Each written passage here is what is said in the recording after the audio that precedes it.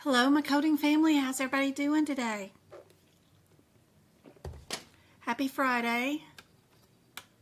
Get this up for you TikTokers.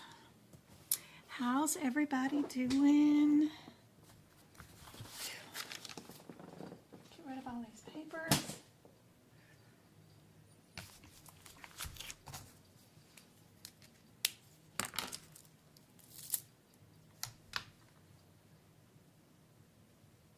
See Lord help, which document do we want to go to today? Let me get it going. Is this, which one? Properties, yeah, that's the one we want to do. Cancel, good job.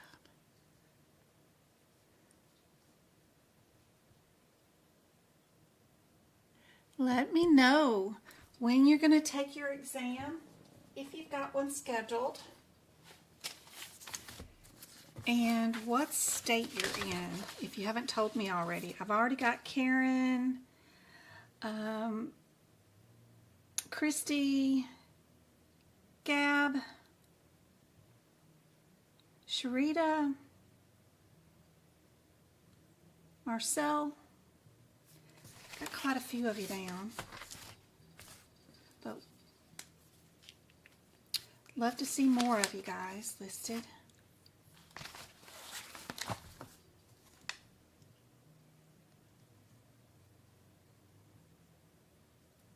Hey guys, hey Micah, hey Christy, hey Debbie, hey Taylor, good to see you.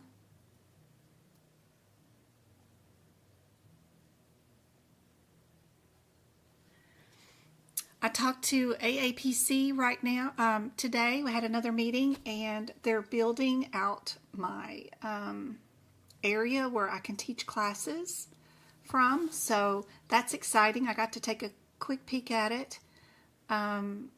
There's some sort of builder exam thing that I'm still trying to figure out how to access and build exams from, that I can build in the courses that hopefully can make a bigger difference than what's already in the course.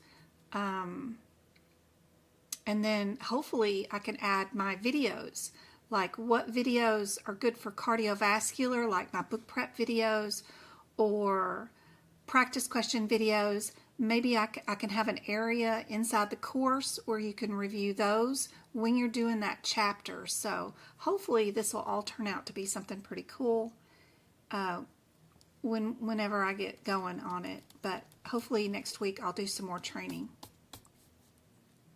I've scheduled my third exam attempt, waiting on AAPC to approve the hardship request. I hope they give you that hardship request. Be sure to reach out to your chapter president, vice president. Those people are the ones that pick the winners of the grants. Unless it's like you had Katrina or some other natural disaster like a fire, there's another application for that. So there's two different kinds of help you can get. Is like, one of them's like a disaster relief, and then the other one's the grant, the hardship grant. So the hardship grant is approved by, and the winners are picked by your chapter president, vice president, secretary, whoever those people are. Even if the chapter is really far from your house, attending their monthly meetings that they have that are webinars, getting them to know who you are, seeing your email address or seeing your name would be helpful. Also, sending a copy of the request to your president and letting them know about your situation and that you're looking for help, and if she has any advice or he has any advice, that always helps too. The squeaky wheel gets more attention, right?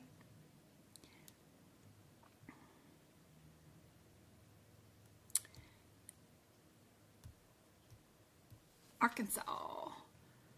I'm in Arkansas, and you're going to test Christy. Got lots of Christys in Arkansas. March 11th. I lived in Arkansas a long time ago. We had some kids go missing, or a kid go missing, and he was unfortunately unalived by some other children, and I believe those children are still in jail, but that was like early 90s, 91, 92-ish, somewhere around there. I lived in West Memphis, Arkansas for a little time. I also lived in Arkansas, in Little Rock, Arkansas, when I was first born. When my dad came home from Vietnam and he got discharged from the military, we moved in with his parents for a slight time in Little Rock, Arkansas. And I remember being in my crib was in their formal dining room, and I can remember shaking the rails of my crib. I didn't have to cry, but if Grandma heard me awake and I could shake my crib walls and make those little things shake, she'd come get me and feed me. So I remember shaking the things. I don't know, maybe almost 2, 1, 2, somewhere around there. I don't know. But anyway, I've lived in Arkansas. One of my favorite football teams to watch was the Razorbacks. My grandfather was a big, huge fan. And the refrigerator, if anybody knows anything about football, you know about this one player who won a touchdown. It took him like 3 hours, but he ran from one end of the field to the other end of the field. He's one of those people that usually just blocks people and just stands at the line and just, hits people as soon as they hike the ball. But he ended up with the ball in his hand, and he figured out how to run. And he took his time, but he made it all the way through, and it was pretty exciting. I remember that. That's my Arkansas stories. All right, let's see. Micah, did you pass? What is that? I took my CPC exam yesterday, and she passed. Woohoo! She's been watching me for a while. Congratulations. Where is my TikTok clappy claps? Where is my cheering? Yay. So happy, so happy, so happy, so happy. I know she's been watching me for a while. Let me take a picture of that screen. I'm so proud of you. That's awesome. That's awesome, awesome, awesome. She says, I took my exam yesterday and I passed. I couldn't have done it without your YouTube class. Thank you very much. Aw. Yeah, for you guys on TikTok, I am streaming live on YouTube. It is a better view. You don't have the OBS thing down here at the bottom, but totally up to you. You can go to Medical Coding by Jen at YouTube, and I am streaming there too. But congratulations, girl. She's been watching me for a while. That's awesome. So happy for you. West Memphis 3. They got released and cleared of charges? No way. No way, Christy. The devil worshiper little boys? No way, Christy.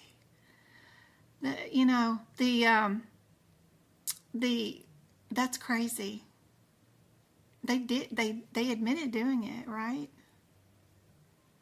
Wow. I finally found a news article on the trial that I was a part of as the juror last month, I guess it was, or January. It was in January. So the guy ended up with 120 years, and he did not unalive anybody. And it was quite interesting because the judge talked about the jury, and he talked about his own feelings. And I could not tell that judge was happy, mad, glad, sad, or anything about our decision. We asked him questions during our deliberation, and he wouldn't answer them.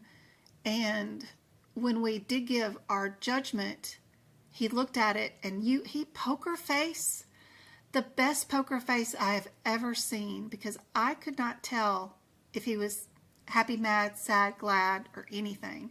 During the trial, as people were testifying or whatever, I could tell if he was happy or mad about their testimony, or what the prosecution or what anybody else was doing. But anyway, that judge had a really good poker face at the decision sentencing thing.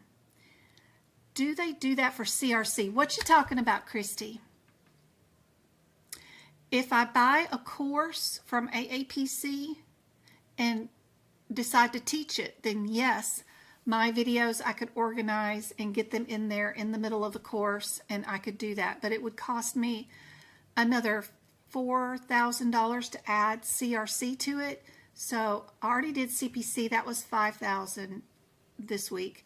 And then to add CRC or CPMA would be another $4,000 each. So I didn't have $10,000. So that was a lot. And that's per year. So when you do teach in their curriculum as their teacher, you do have to pay a franchising fee. So, and it goes up every year. So it is a cost. It depends. I just put it on the credit card, and as soon as I can pay that off, we'll look into buying something else. But I do have to renew these yearly, so it is something I got to think about squirreling for. But congratulations, Micah. I can't believe they got released.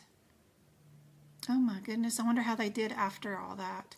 That was a lot of trauma for them, and of course the victims, but they were all just kids. All right, still gotta do the billing and finish the class, but still need to do the billing. Billing is a great way to get your foot in the door without any experience. 100%. Everybody's saying B's and C's on this one. Pennsylvania, and you just got your books. That's my generator. I love that name. I love that name. That's a fun name. Hey, Ada. Good to see you. Yes, ma'am. It was the stepdad of the little boy. Weird. He convinced his son to say he did it, and then he got put in jail so that his stepdad wouldn't go to jail. That's weird. Kids, you never know. I test tomorrow. I'm so nervous, Nicole. Oh, Nicole, I got some info for you then. Damien, that's it. Yeah, is thriving, but I haven't heard much about the other two. He was influenced probably a lot by his stepdad. That's crazy. I took mine today, Selena, but you failed. How, can I ask, were you close or super far away? That's great. Damien, good gracious. That's him. Where are we at on TikTok? I completed the medical billing and coding in December, and I'm trying to get ready for my exam. That's awesome, Tricia. What books can help with the certification exam? It depends on which certification you're going for. If you're going for an AAPC certification, then absolutely the AAPC study guide is the one you want to get. If you are doing a ahima, then I like the ahima's workbook. I think it's wonderful.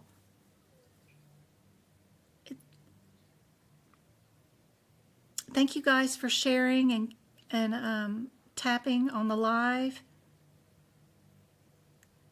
Jennifer's fixing to take her exam too. Well, let's talk about what y'all need to know for tomorrow real quick. Let me get out my paperwork. Let me find it real quick. Hold on. Where's my light switch? I can't see nothing in here. It doesn't get dark in here now. The sun's going down.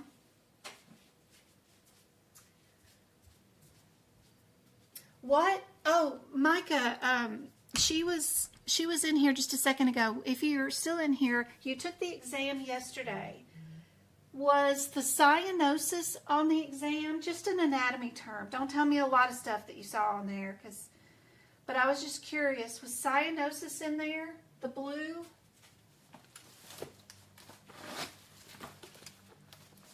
Let's see. I wonder if that was in there, or what anatomy term? If she had the what attaches bone to bone, or a ligament or a tendon. I wonder what anatomy question she got yesterday.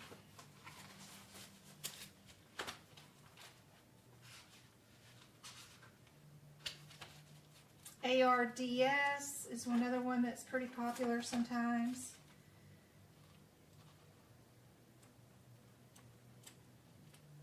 Oh, Lord. Where did I put my paperwork? I've been cleaning and organizing and destroying my stuff. Here we go. I found it. All right. What'd she say? Here's our next question. Anybody know what PHI is? What is that?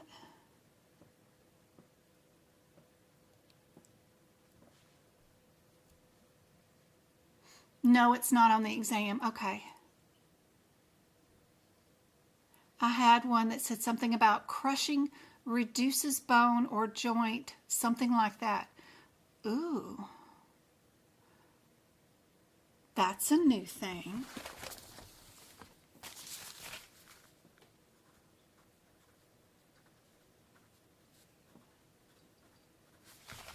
I will look into that. That is cool info. All right. Where's my video? There we go. Okay. So we've got all my stuff I was looking for. So for tomorrow, ignore all my lovely handwriting that I got here, but some things that will definitely help you for tomorrow is some of our integumentary stuff is separated by, are you subcutaneous, are you musculoskeletal, or are you down to the bone? That's super helpful. Also know the differences between your allograft, autograft, living grafts, donated grafts. That is super helpful for sure. Then we've got these anatomy terms like the skin gland, the luna, the Warthone's tumor. OS means cervix, phalanges, what connects bone to bone, parts of the shoulder, parts of the knees, ESRD. That's on the back cover of your book. Those page numbers in the 2023 book, but what we're talking about in our book, so that's the 2022. Where's my 2023? Let's see. I got tons of these books around here. Let's see what page numbers they're talking about. 368. So it'll be different in your book, but at least you'll know what I'm talking about. Yep, that colonoscopy decision tree is super helpful during the exam. If you are going in because you don't know why, you're just going in to see what's there, you're diagnostic. If you're therapeutic, that means you're going in and doing the procedure because you're going in to remove a polyp or do something, fix something. There's a surgery you're going to do and you know what's wrong. So first pick out those things and then follow the tree to pick out the right answer. That's super helpful. Be sure to know where that page is on the exam. Page 53 of the E&M section. There's a page in the book about reporting principal managed care services or care management services. Some of it is separated by the physician doing it or the clinical staff doing it. First, figure out, are you principal care or are you care management? Then figure out, did clinical staff do it or did the physician do it? And then that'll lead you to the right answers. Be sure you know where that page is at. Another one that's super handy, dandy to know before your exam tomorrow is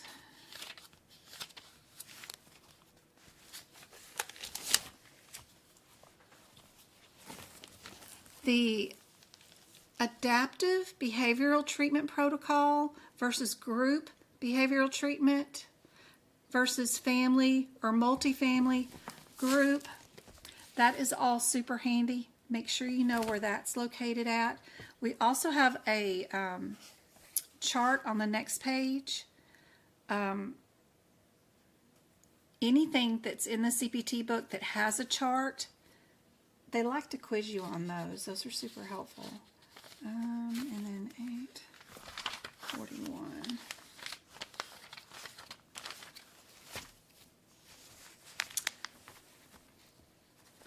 All the therapeutic procedures underneath that, be sure you know what's going on inside those. That is super helpful. What's the differences between those therapeutic procedures? Because they go on for quite a while. Know those differences in those codes.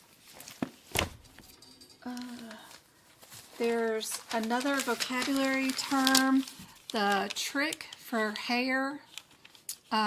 Be sure you know how to medically code the CPT code for inserting a prosthetic inside that. I'm not sure if I can say that, so I'm going to say that. I'm going to not say it. A VBAC is a natural birth, not a C-section, right? But it's after a C-section, right? What would be the answer? And then J11, and then differences between fractures like open, compound fractures. Those modifiers, the 26, TC, RT, LT, 50, 51, 76, 77, 73, and 74, they love those. Be sure you know what the difference is between HIPAA and NCC, and apparently crushing bones. Something about crushing bones. The options were cartilage, tendons, fascia, and ligaments. Something about, oh yeah, the question about muscles to bones, yeah. And then I had something about crushing reduces bones to joints. Crushing bone reduces bone to joint. Something like that. That's a cool one. And then the answers were cartilage, tendon, fascia, and then ligaments. I have to look that one up and see what we can find. Where was the Barthol's gland located? Yep, that one often gets infected and needs attention.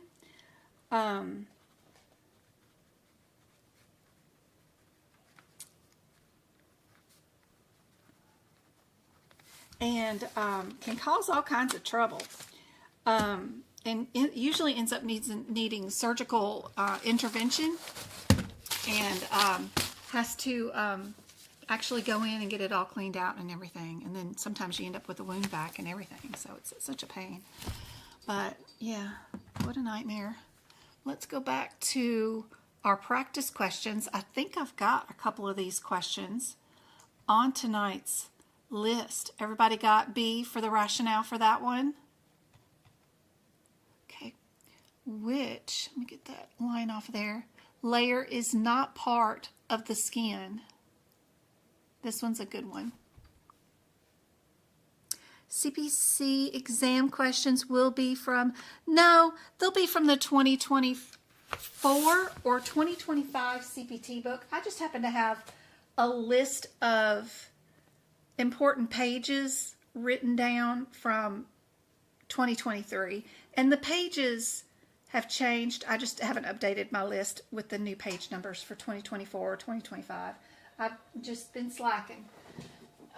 But yeah, we need to have, for the current medical coding exam, you need to either have a 2024 or a 2025 CPT book for sure.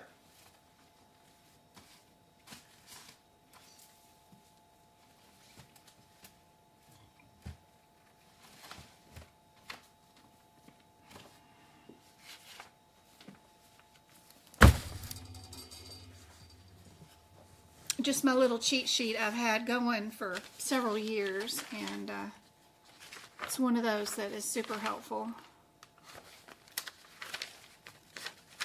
And I just haven't taken the time to rewrite. You know, those TC and PC or 26 modifier, right? Be sure you know that hospitals are TC exempt. MD means 26 modifier. If it is a specialty building that only houses a specific machine, that no one owns, but they contract out to a hospital, and they'll do the procedure or the specialty thing at their facility. That's where you bill the TC, because they have a special machine that no one else or the hospital doesn't own, and that's where you'll put the TC modifier. So think TC is for buildings, 26 is for a human being, and that'll help during the exam for sure. Everybody got D for the answer for this one?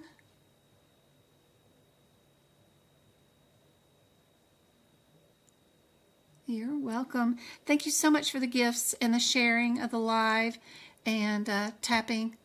I know I'm missing a ton on TikTok. I'm sorry, guys. A diagnostic tool in sleep machines is called what? They all end in the word graphy.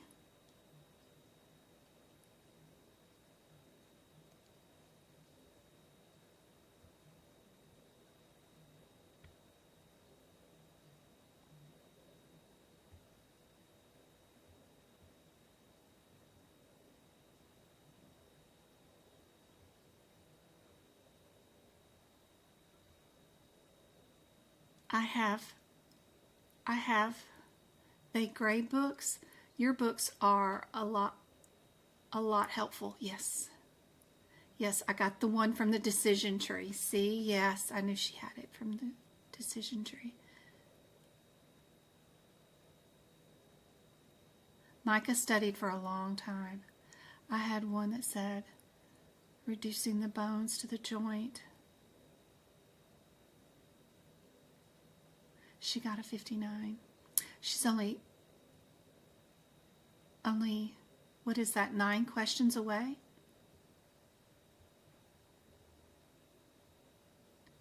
"11 questions. I can't do math.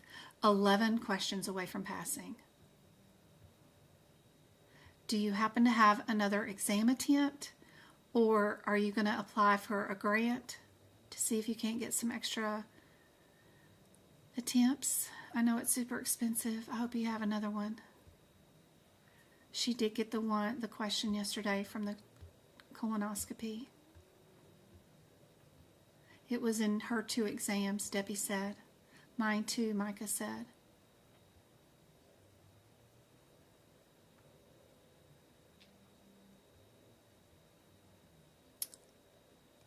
Sorry, generator. I'll get to your question in just a sec. Also, I got a question from the Guideline, Dependence, Use, and Abuse. When to code? That's awesome. I love that question. I've got a really great note for you guys inside my notes. Where's my ICD-10 book? Where's it at?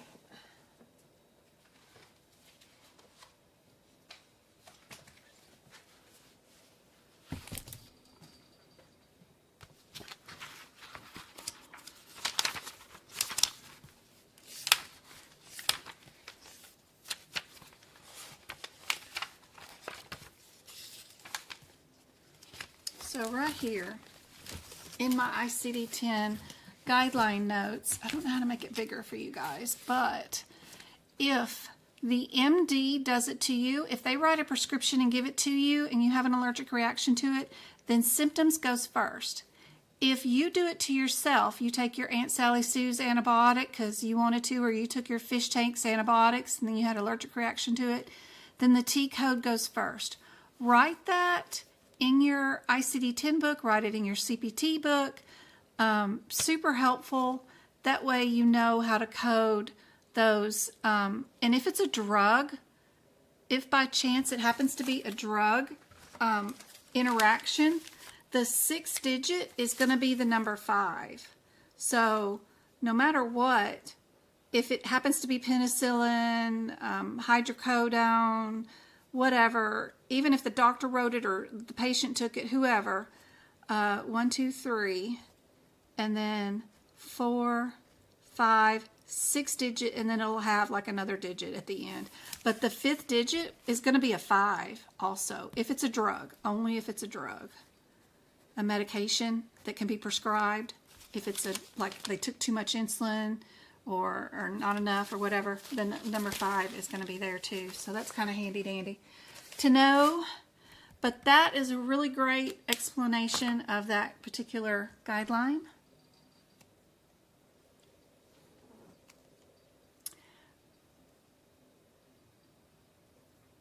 I bought your guideline notes. They are amazing. Thank you so much. I did put, last 6 years of my life into them, and I love seeing what helps you guys, and I take the certifications exams with them and see what works, what doesn't work. I make them directly from the exam point of view too. So,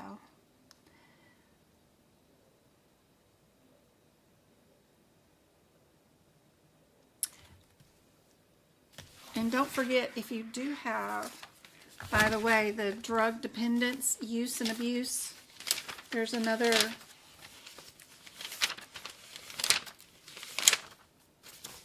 guideline with that one.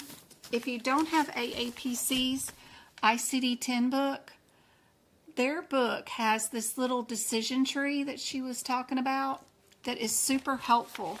So if you get the question about dependence, use, and abuse that was just on her exam, this little stepping stool diagram is wonderful. I think AAPC does a great job of telling you which one you code, because you can only code one. So if you are diagnosed with use, abuse, and dependence, then you only code dependence. The highest one, the tallest one, is what you do. If the chart says they have abuse and use, then you only do abuse. So that's what I use. It's on G14 if you have one of their ICD-10 books for that question. Because I ran with a different guideline than what she was talking about.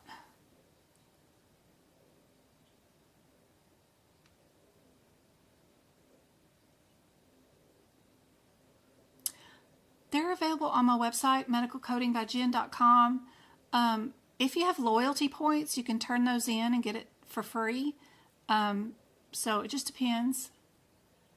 I don't know. Most of my notes are either, they start like at $6 a section on up to $40 a section, depending on how big and bad they are, and how much time it takes me to do them. I try to keep it at 50 cents a page. Is my time to write everything on one page, and highlight it and update it. So it's based off of basically how many pages are in the section. But on my website, if you ever bought anything, you'll have loyalty hearts, and you can turn that in and get stuff cheaper too. Plus there's coupons and all that stuff. If you buy multiple stuff, my website will automatically add a coupon into your shopping cart too once you hit a couple items in there. So you don't have to look for a coupon code or anything. It'll automatically happen.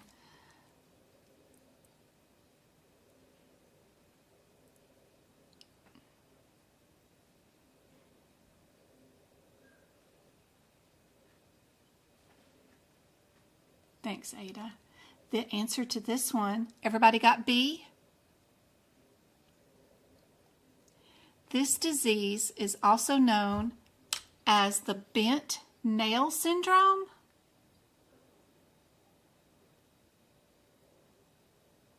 Never even heard of this. Found this question today and was like, ooh, that's a cool new one.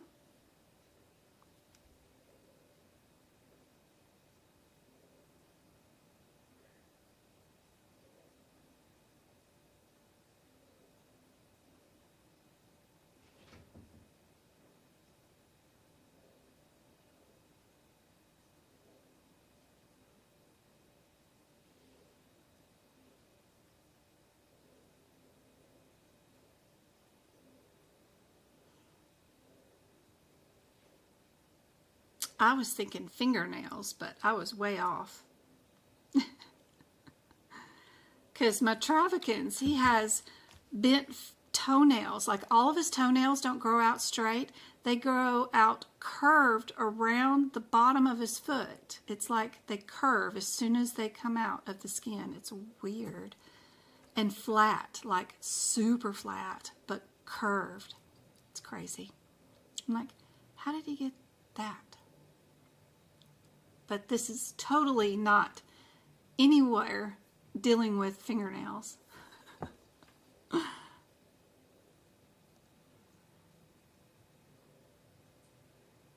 Is it worth it to take the class for CRC? Girl, I don't know yet. I got to sit for the CRC certification. I did take the CRC course. I still think the study guide and the practice exam questions would be all that you need to pass that exam. I still don't think that a course is that helpful unless you can get one at a really good price. Like sometimes they sell it for like 99 bucks and you get the course. You know, it's worth that, but it's not worth $1,000 or whatever, you know. I don't think it's that big of a deal unless I'm teaching it. Because I'm going to add in a bunch of crap, including my notes. But we'll get there one of these days. But for right now, I think the study guide itself and the practice exam questions is all you need. Plus all the practice questions that I go over in all my free lives. Do all the diagnosis code ones. All of them. And write them in your ICD-10 book. I bought the course and look at where I'm at. I'm learning more with Jen. Myra, love you. That was my point. That was the whole start of all of this, was making my very first TikTok, was because I saw people suffering through these courses. And I passed without a course. So I was like, y'all ain't got to buy no course. Do this differently.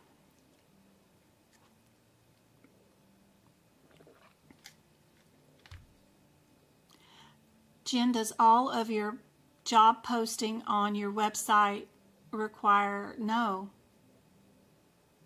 CPC certification? No, some of the jobs that I've been posting are more of stackable, remote from home jobs. And I think most of you guys, want to get into medical field and want to do medical coding, but the main thing you want to do is work a remote job from home that isn't like tracking you, bombarding you, and overwhelming you with whatever your task you're doing for the company.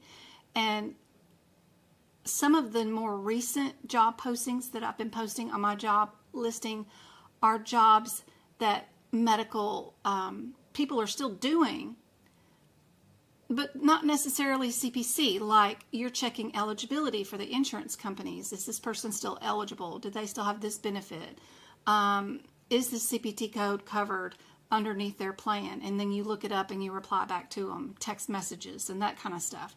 Trying to find stuff that isn't a lot of phone calls, stuff that's still in the medical field-ish, that you can still do remote from home, that you could actually do two of those jobs at one time. One coding job and this other eligibility job or whatever I have. Some of them are just auditing charts. Like you need to go find this pap smear that was done at the VA because her Blue Cross Blue Shield HMO plan doesn't have a copy of it because she used her husband's insurance plan to get it done at the base because it was free. If she used her HMO, she would have to go see her PCP, get a referral, go get it done. It was just too much of a hassle, so she used her husband's plan. So another position might be just hunting all day long, chart hunting. So some of it is remote. To be honest, I love denial claim processing. It's awesome, Taylor. They have a free course in that too. 2 courses on the CMS website. You could just do those 2 courses and immediately get a job as doing claim denials. Yeah, it's awesome. Is hybrid only time I go into the office and is to mail letters, and I rarely do phone calls? Love that for you, Taylor. Love it. I went in 1 day a year for my remote job. I loved it. Loved it forever. Where do we find the job listings? On my website, on my blog. It's totally free for you guys. I've got several different blogs. So one day it'll be, let's talk about E&M, and then the next day it'll talk about job openings, and then the next day it'll be, let's talk about the I procedures. The next day a blog will be about job openings. So there's several little blogs. But also inside my Discord study group that is totally free, we got 2 rooms where I post job openings, and I also post job exams. So if a job is asking you to do a pre-verification exam before you interview for a job, we post those in there, kind of like Glassdoor, so that you can see what the exam looks like ahead of time, so you can prep ahead of time, because they're not going to be multiple choice, obviously. They're going to be, what's the code for Addison's disease or whatever, and you got to go find it and put it on the piece of paper and then send it back to them. So we post those in the job exam room, and then we have one for job resources.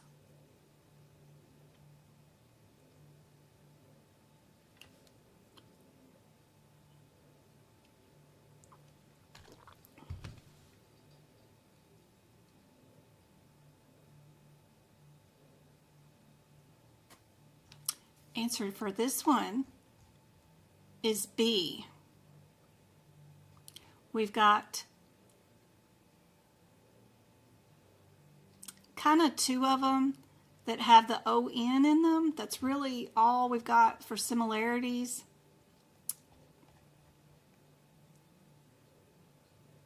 I just can't say much about what's going on with this area because I'm not sure if that's okay to say stuff like that on these lives. So we'll keep it PG.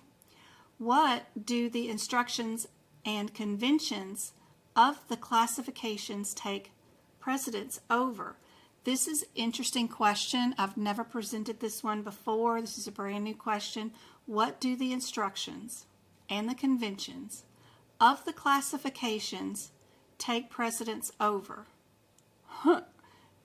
I hate the way they write these questions in the most non-conversational English I've ever heard of.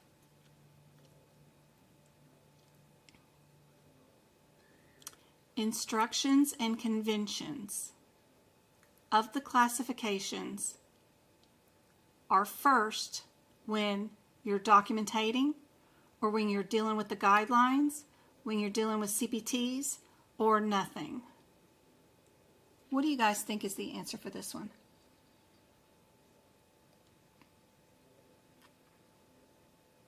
Sorry if I missed any of your guys' posts or questions. Jennifer asked me something. What was Jennifer's question? I told her I would address it in a minute. I don't know if I did. Where is she at? I know you asked me something and then I forgot to write it down. Okay, for a question like this, where do we find the answer? Now I don't even know what question it was. Oh no. Oh no. What was that question? Hold on guys, I gotta go look for something real quick to see. What questions were we talking about? So my very first questions were LCD, PHI, layer, skin. I wonder if it was anatomy 1 or the instrument 1.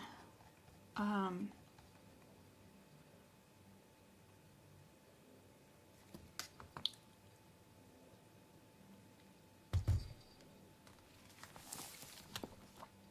wonder which question.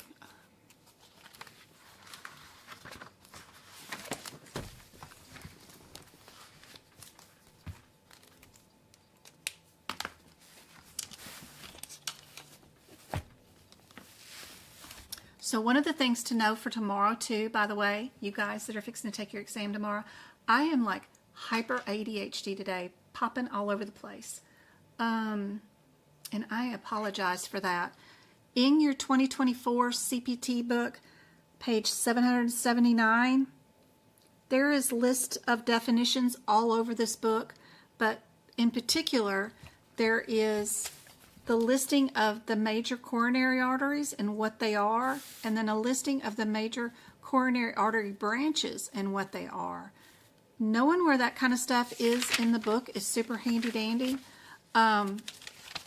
they have all these definitions in bold print, like what is adaptive behavior, what's family adaptive behavior, what's group adaptive behavior. They also have it for all the instruments, all the procedures that they have listed in this book. Eventually, they will go define it somewhere. And knowing where those definitions are located at is handy. Like right here on page 788, there's a list of all the subcutaneous cardiac rhythm monitors and their definitions. They do define all this stuff. You just got to know where to find it. This is more if you have your device is leadless, or if it has one lead, two lead, they do define it. Tons of definitions in the book. Super helpful knowing where those kind of things are at. So the one question that we had, where would I find the answer to which one of those is for the psychological whatever determination, whatever that question was before. What was that question? Let me turn that off.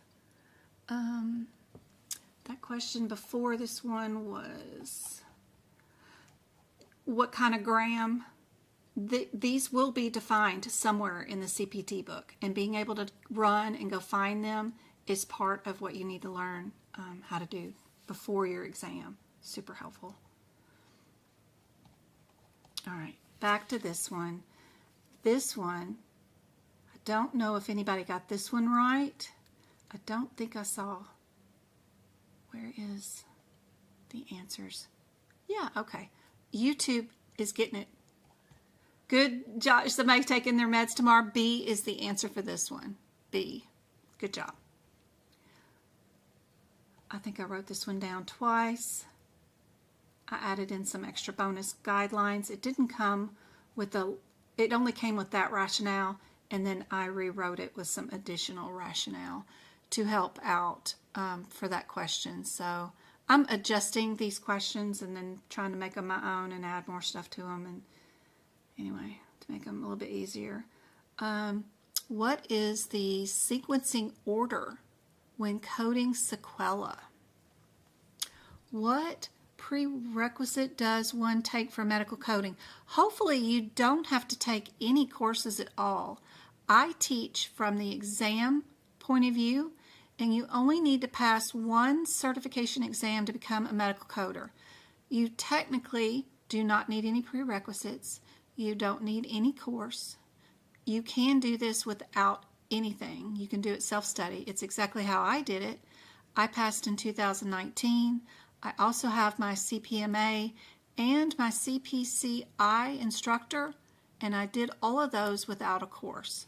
I eventually took the courses after I got my certification for you guys so I could see what's in them, see if it was valuable.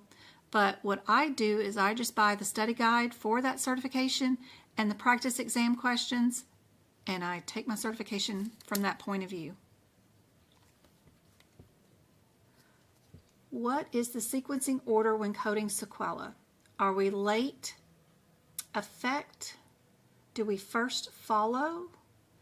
Do we do, there's another one that C is late effect also, A is late effect. And then we've got residual condition, or we've got symptoms.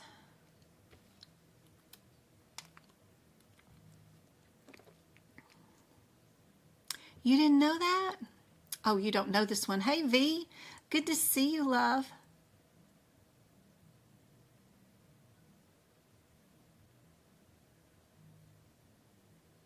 I bought this 2025 study guide. Awesome, Estella. I just got it Wednesday. I haven't opened it yet. But I got the electronic version, and then they're mailing me the paper printed version. They're mailing me something called the AAPC CPC workbook also, which I've never seen. I've even taken the CPC course and was never given a workbook.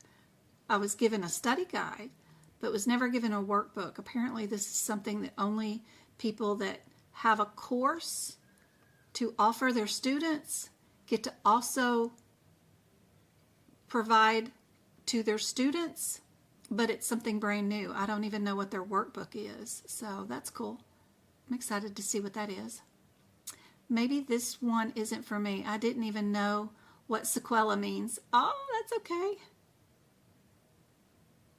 I got the printed. The workbook could be cool. Yeah, seems like it. I like the ahima's workbook. This one's D. I think I got everybody on this one.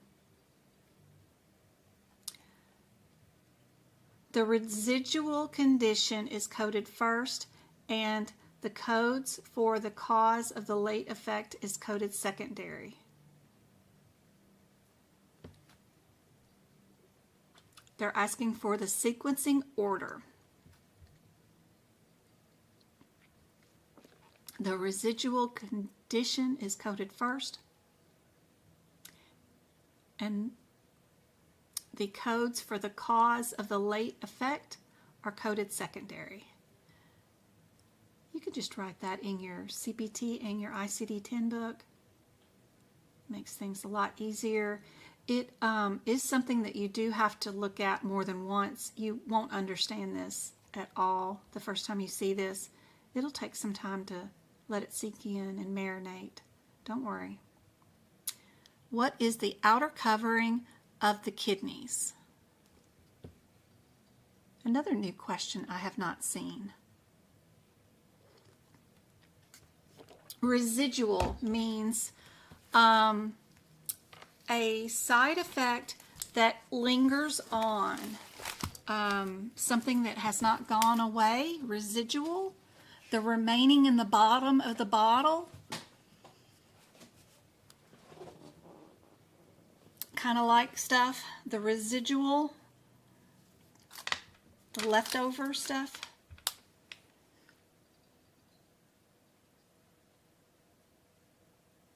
The answer was D. I think I missed the answer. Are these questions from the exam? They're practice questions. I have no idea what's going to be the exact questions from your certification exam. AAPC's exams are all electronic, whether you're taking it in person or remote from home. My suspicion is that now that all of it is electronic and none of it is printed paper exams, that each exam could be unique, that there is no version A, B, C, or D, because they have a pool of questions in this one data warehouse, and a certification exam can be generated instantly, right? They just put in how many questions they want from each section, and they want at least one easy one moderate one, and one hard one. So you're going to have 2 easy ones in integumentary, 2 moderate questions in integumentary, and then 2 difficult questions in integumentary. So you can think about your exam can be auto-generated instantly by the Scorpion system. And I think that each exam now is unique. They just have a set standard, and that the data warehouse can generate a new exam for anybody at any point. They just have to have that many questions per section. And then I think that they have a level of 3 different levels of questions that they will ask you for any section of the exam. So there's 18 sections of the exam. Like HitPix, you only have 3 questions in HitPix. So I know one of them is going to be easy, one of them is going to be moderate, and then one of them is going to be difficult. So 3 questions in HitPix, and they'll just be a range of a level of difficulty. Thank you so much for helping me meet my TikTok goal. Thank you for the 4,000 taps. You guys are awesome. Love you guys. Thank you for the shares and the taps. What is the outer covering of the kidney? Everybody got C for this one? Ooh, I think I got some people on this one. If you did not know that, be sure to open up your CPT book. Go to the urinary section. Go to that anatomy picture that's in the front of the section And then you can just write this answer right down, right? The outer covering of the kidney equals, and put that answer right there. So the next time you have this question, you can go straight to the CPT book, which most of the exam is in there anyway, and then you can have this answer right there. You still use the ebook too. The problem with the ebook is that if you use it during the online exam, they're not letting you use VitaSource. So there's no search feature. It's just a big PDF book without a search feature. So you would have to go from page to page by scrolling. Lord have mercy, that's got to slow you down. So I don't see that being a benefit right now.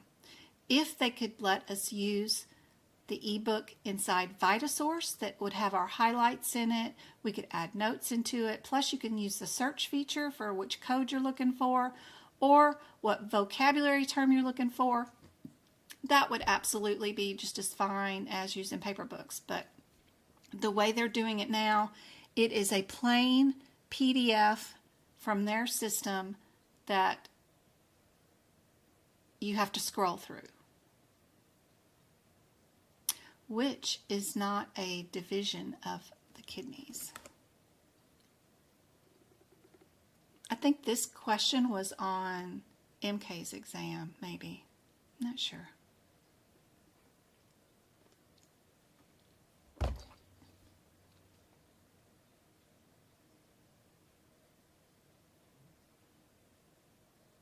Perfect. Good job, V.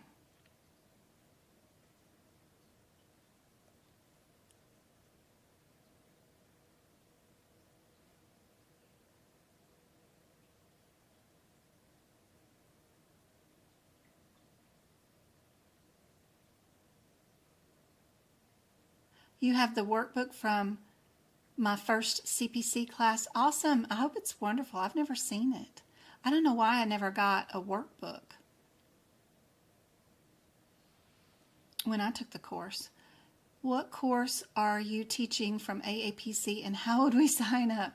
I am going to be teaching the CPC course, and you can sign up when I get my training done, which should be next week.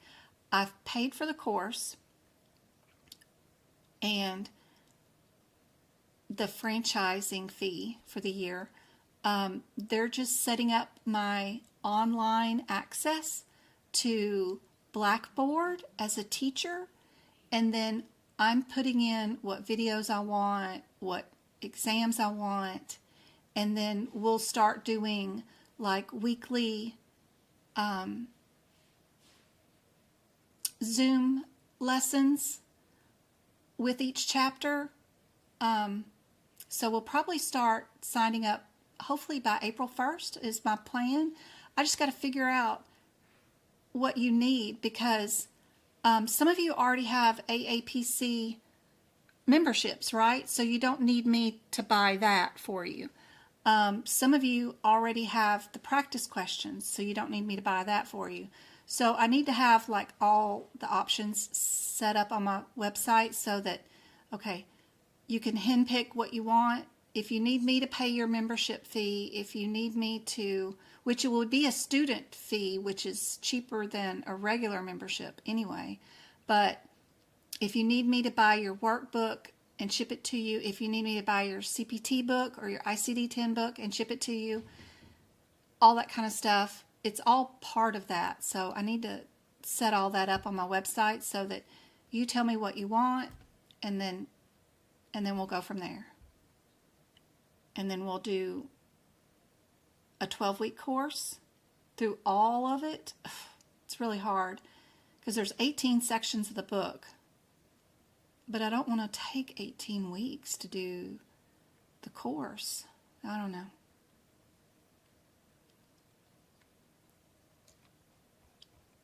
D was the answer for that last one. What is the inner portion of the kidney?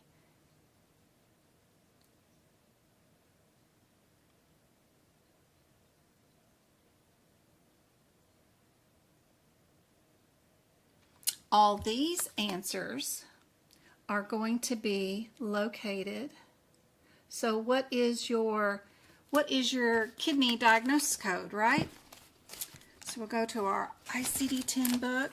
We'll go to our N section, because anything that is diagnosed in the N's, we'll have our guidelines right here, but we'll also have all of our anatomy right here.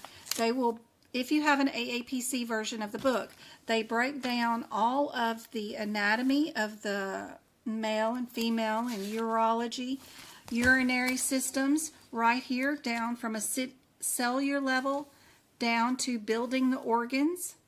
So anything that talks about the kidneys and the nephrons and neurons and all that stuff, what is a ureter, all that stuff will be right there. This is where they get their anatomy questions from, is their ICD-10 book with the anatomy stuff. Then the next page is all the common diseases that go along with it, right? So, and they have lots of cool drawings about the layers and stuff of the kidneys and stuff, so super helpful. Don't forget about also your other anatomy pictures that are in the front of the book too, that will describe layers and have it all.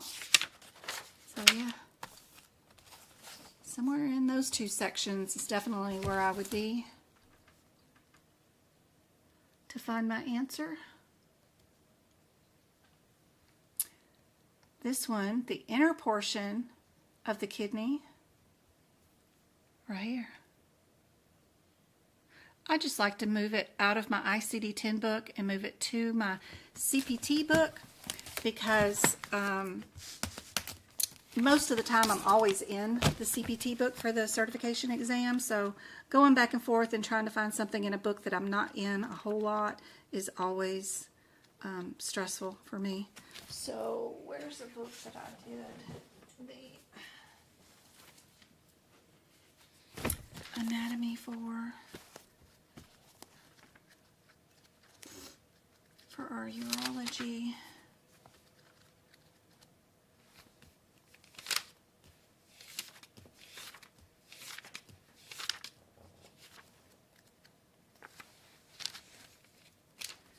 Digestive. So we turn that back on. So in the urology section, there's always a lot of things that I'll add to my book, of course, and you know, adding in little stuff like the stages of the GFR, what the lab results would be, what my prefixes, suffixes, and root words are for urology section, some common functions of the urinary system. What does it do? Its functions, all right? Secretes, removes acid, stores, and regulates, right? And then we've got our 7 to 9 lobes of the kidneys, right? And then the loop of the Helen, what is that for? How many parts are in each system? And then the parts of the kidneys. That's all the kind of stuff that I do for my notes. And then for the CPT codes, I'll add any exam tips at the top, anything that I need to remember. Also, I write the body part that these sets of codes are dealing with at the top of every page. So all these are dealing with kidneys, right? And then if I go to another part of the section, this side is dealing with ureter, this side is dealing with all bladder issues, right? So I know right away, based off what body part I'm dealing with, I need to clear that in my question first, right? And then I write my one-word differences between all the codes, so that if my question is a difference between these two codes, I just grab that difference and look through my question to see which one it is. Yes, I'm in a kidney. Yes, it's these two codes. Is one of them doing enlarging something, or am I draining or injecting something? Simple as that. And then I can look through my question. Super helpful to get your notes done before your exam. That way you don't have to deal with anything. You can just go and answer the questions super fast.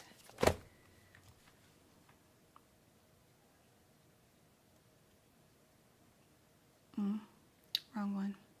Turn that back off. And we got this one done. I got a really good E&M question coming up pretty soon.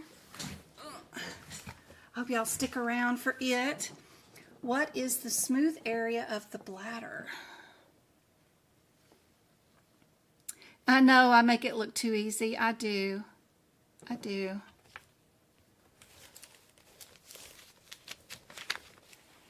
Some people are determined to take a course, and if you're determined to take it, I want to be there to help you through it so you don't waste your money and don't complete it.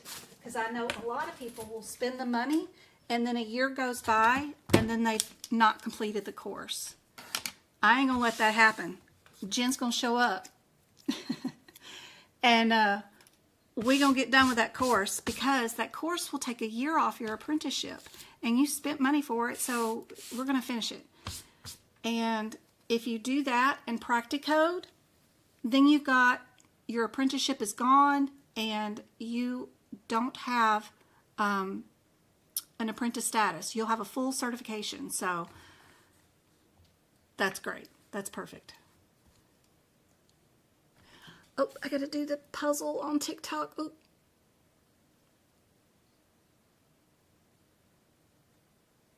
There we go.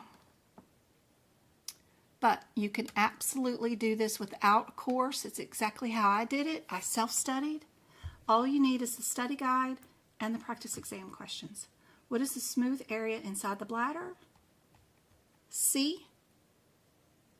I didn't see any C's. Wait a minute. I did. Who is that? V got it. V got a C. Who else?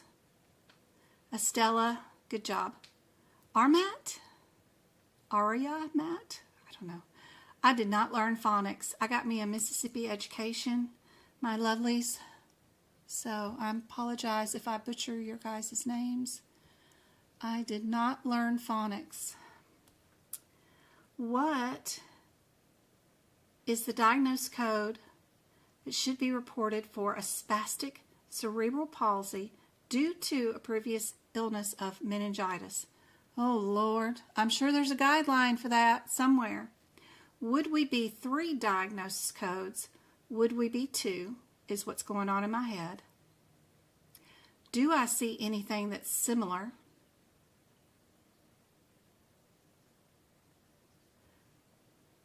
I got this 8001 in every single answer. Since that is consistent and throughout every single answer, let's go see. Is there a guideline to that attached to that diagnosis code? G80.1.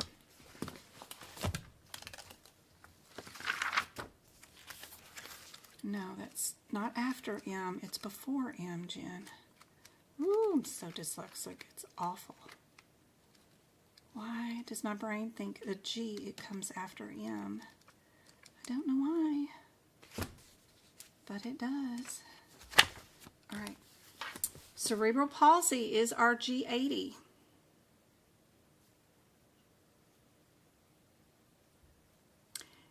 There is some excludes.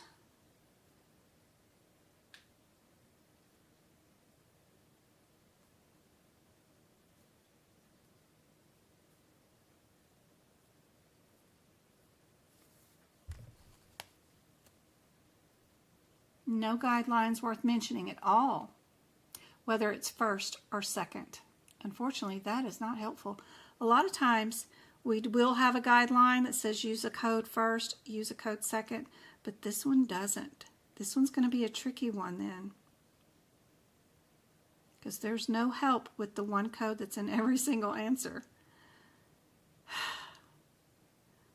Patooly squat. My grandmother used to say. So, the other similarity I see is G09.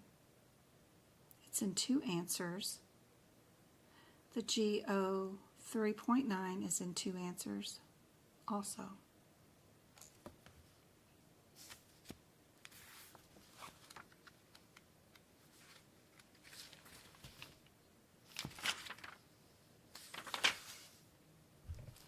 Sequela.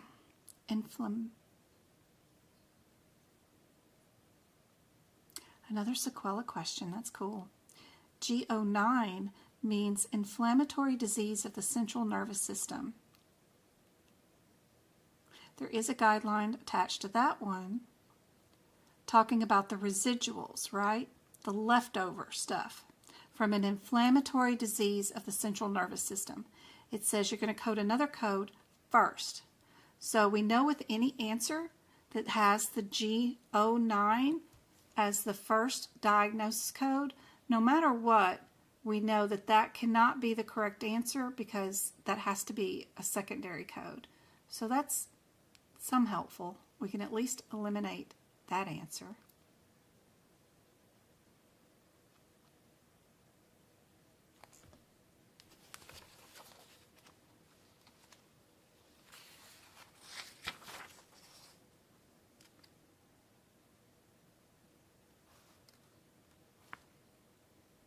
GO 3.9 is meningitis unspecified.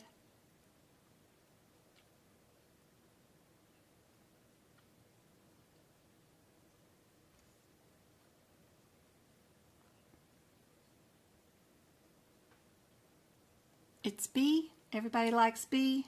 Good job. That's it. Perfect. Sorry about the font being so small.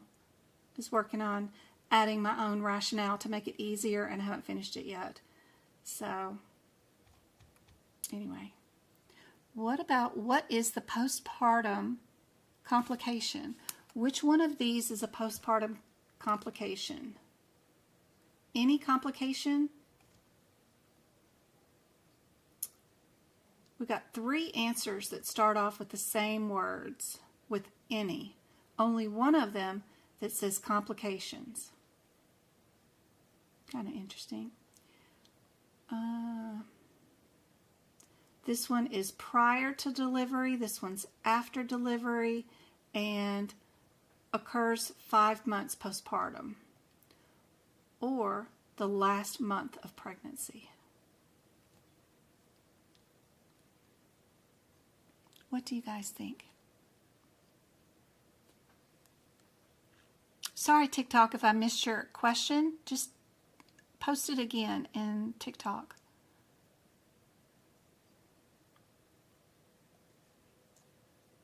How's everybody on YouTube? I forgot until just now. Tarantino! Yay! Good to see you. Hey, Nicole. It's okay. You don't have your book right now. That's all right. Just listening, diving into this every day, even if it's just listening to part of my podcast or I'm reading out the guidelines and telling you what it means in layman's term, any kind of thing that you can do once a day, whether it's drawing in the anatomy or underlining any guidelines, just being terms is super helpful. Like listening to our live lessons, for sure. B is correct. Good job. What is commonly known as a boil on the skin? Where can you find the guidelines? Just the guidelines? They're in the ICD-10 book, but if you don't happen to have an ICD-10 book, let's see, what have I got listed here?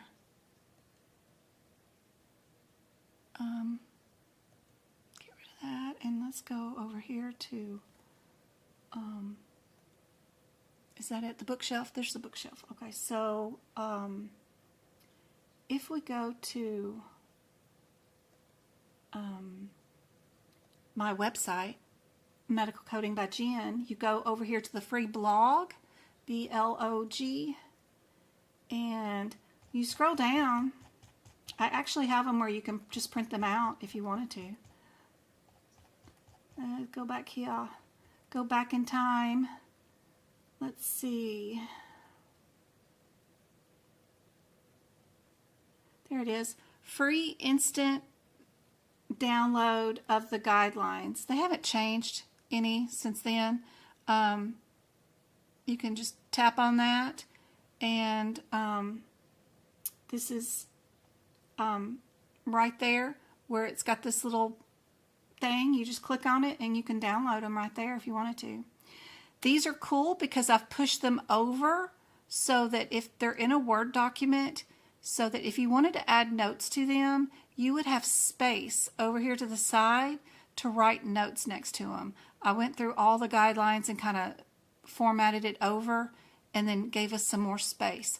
Print it in your printer without margins.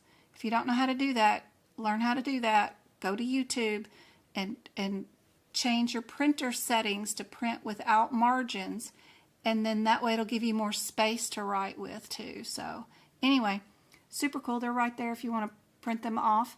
Also, if you just want to go to 2025 ICD AMA guidelines, just Google it. They're available to print from anywhere, from right here. They're at the Center of Medicare and Medicaid Services. You can just click on that, and that instantly downloaded it just now onto my computer. So there's a new updated version, but it doesn't matter. They haven't changed. But they are inside your ICD-10 book also. If you have AAPC's version of the ICD-10 book, they're in the front of the book. There we go. Everybody got an answer to this question? My website is there just to store information for you guys. So don't be afraid of it. Go to it. Click on the tabs. Search around for things. The blog is totally free for you guys. The shared gallery is totally free. All the resources and all the tabs underneath the resources are all free. There's a free practice question exam area, also free for you guys. When you go under the social media tab, there is a free Discord study group that you can click and join into. You have to have a Discord account. Set that up first. It's free, untrackable. I don't get access or even know who joined my Discord study group. But you need your own account. Once you sign up and get your own account on Discord, you can click my link and that'll throw you into our Discord study group. We have 18 different rooms for all 18 areas of the exam. There's a room of all my best videos of like where do I start videos all in one room. There's what to expect on exam day room. There's practice exam question rooms for CCS, CPC, CPMA, all the certifications. There's job resources, CEU resources, even share your fur babies. I should have not just made it fur babies. Any of your babies. Lizards, snakes, fuzzy ones, spider ones. We'll take them all. But yeah, we got a fur baby room. This one is carbuncles. Did everybody get that one? Do you have the guidelines for the new telehealth CPT codes? I do inside my CPT book. Do you need me to make them available on my website for you guys to print? I can. Actually.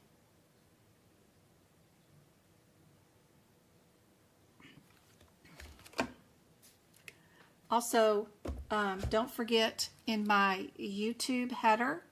So,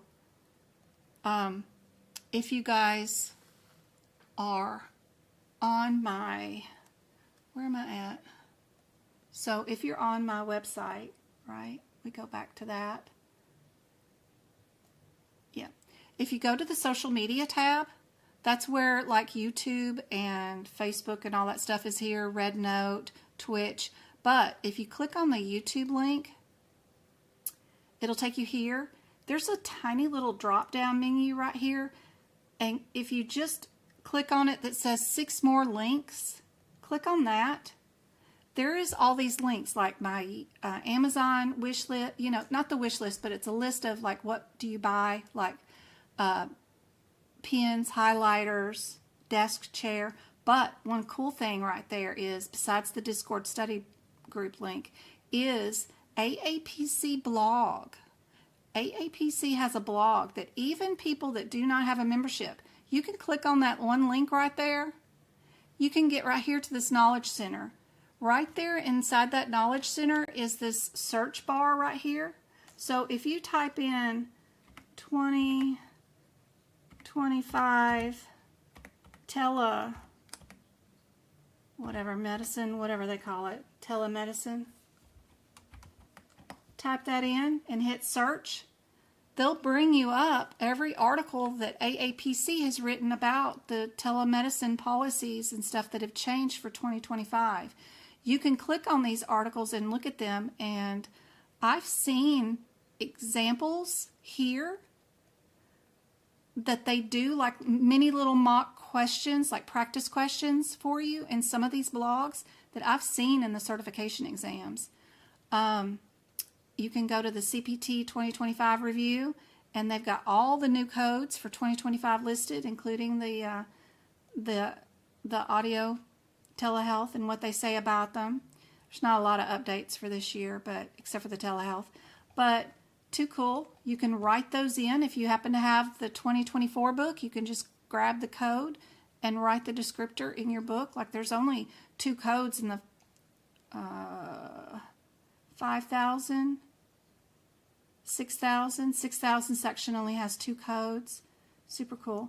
So you can write these in if you wanted to, but they write any articles. One of the coolest articles that I like is like the Moz surgery. If you just type in Moz surgery, whatever, you can read all their articles on Moz that they've ever done. And some of those examples end up on the exam. Like they'll do, let's do one together and here's the answer.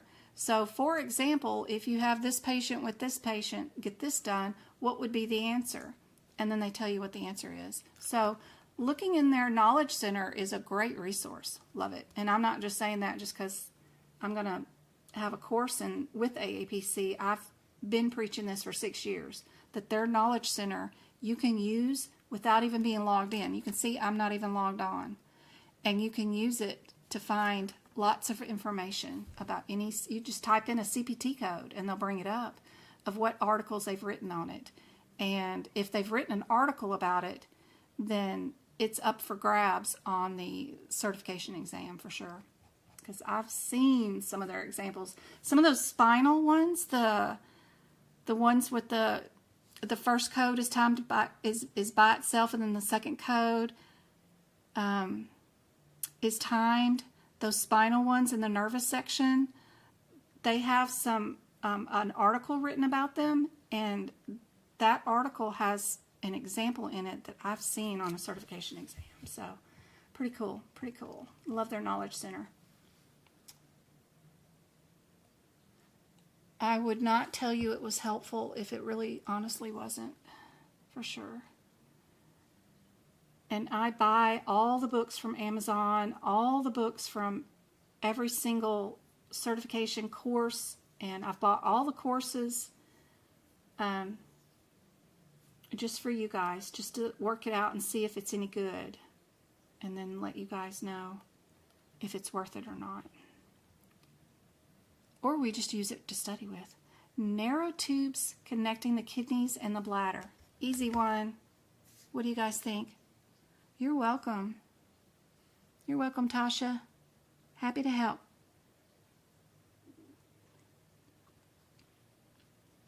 Happy to help. I even quit my job so I could stay home with you guys. B is correct. Easy peasy.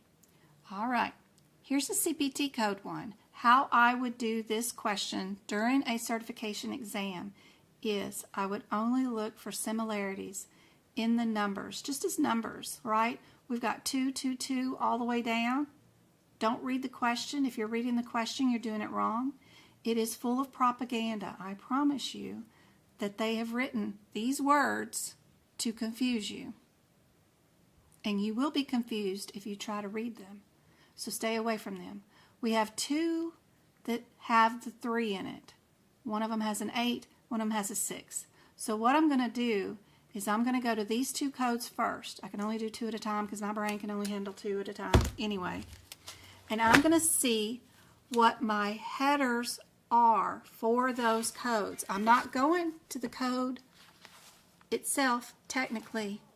So if you're doing these practice exam questions, running from one answer to another answer by going directly to the CPT code descriptor and reading out the descriptor, you're doing it wrong. Don't do that. Yes, go find 2 answers you want to go to first. Go to those codes, but look at their headers. You're looking for big red font. Clear your body part first. Then you're going to clear what procedure was being done with the blue font. Is this an incision? Is this an excision? Is this a scope? Is it a repair? What are you doing? But you got to clear the first header, which is a body part.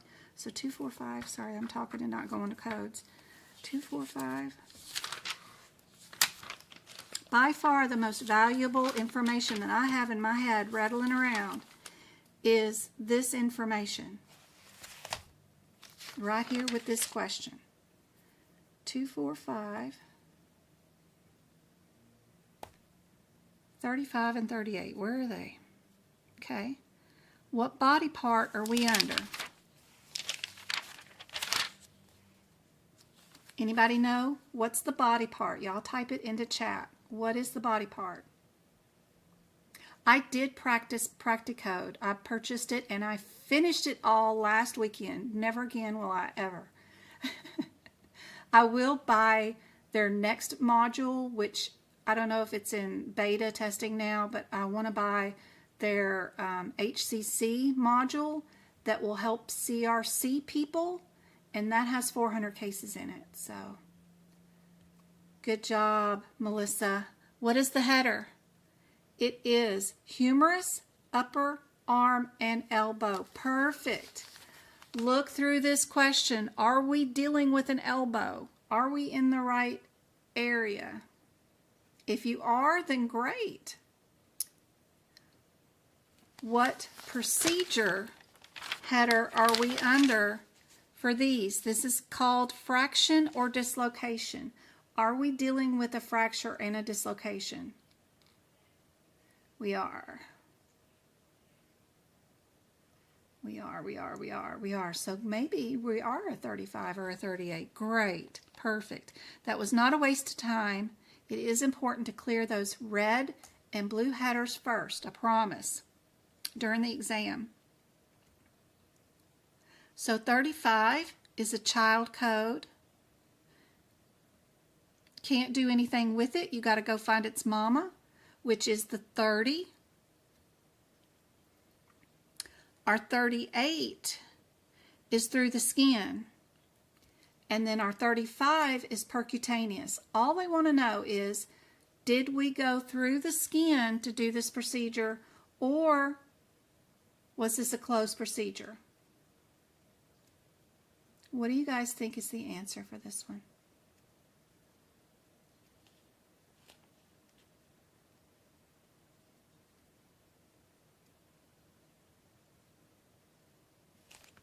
And let me get it smaller so that you guys can see it all into one, because I got it way too big font right now.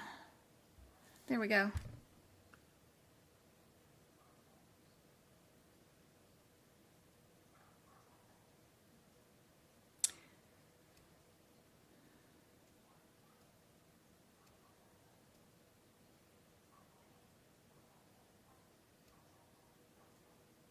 (82) is also through the skin, and 66 is also through the skin. So pretty cool. They have picked 3 codes that are all through the skin, and 1 code that is a closed treatment. So you can still see some similarities in these, right?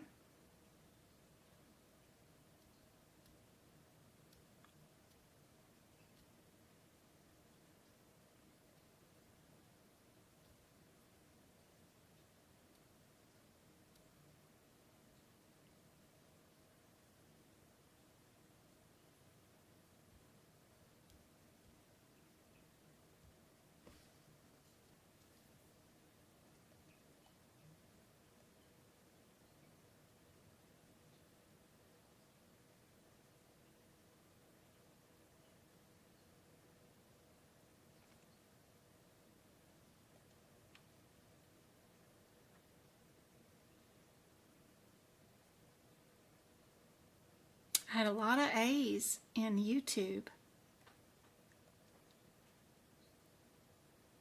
We used a scope to guide some wires. What would you call that? Is that a closed procedure? Or is that through the skin?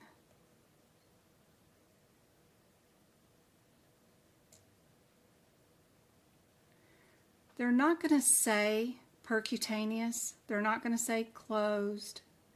You have to find a way to be able to look through their exam questions to find AKA terms that mean we went through the skin or we just did a manipulation, a closed procedure to pop this bone back into place. But if you can figure out what your AKA terms that mean through the skin mean, then you'll do really well with this exam. And whatever the answer is, if this fluoroscope guidance with 2 wires directly across the fracture means that it was percutaneous, then I would write this example down next to the codes that say percutaneous. The use of fluoroscope and K-wires means that you did go through the skin, right? That way you've got it the next time.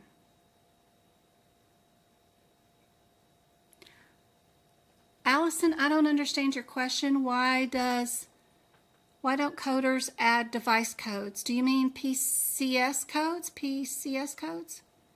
I think that's a biller's position to do and a part of CCS. Coders, as far as CPC goes, just do medical coding of diagnosed codes and procedures. Devices are done with billers, right? Can I move the camera to the right? Yes.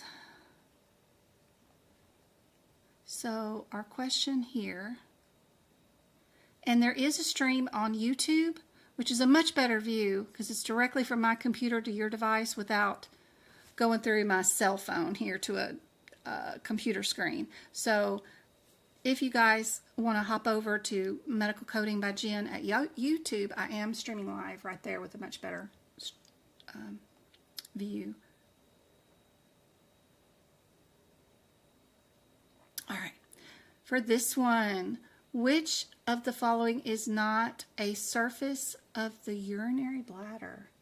And speaking of YouTube, let's give away some YouTube memberships. Let me toss them some money.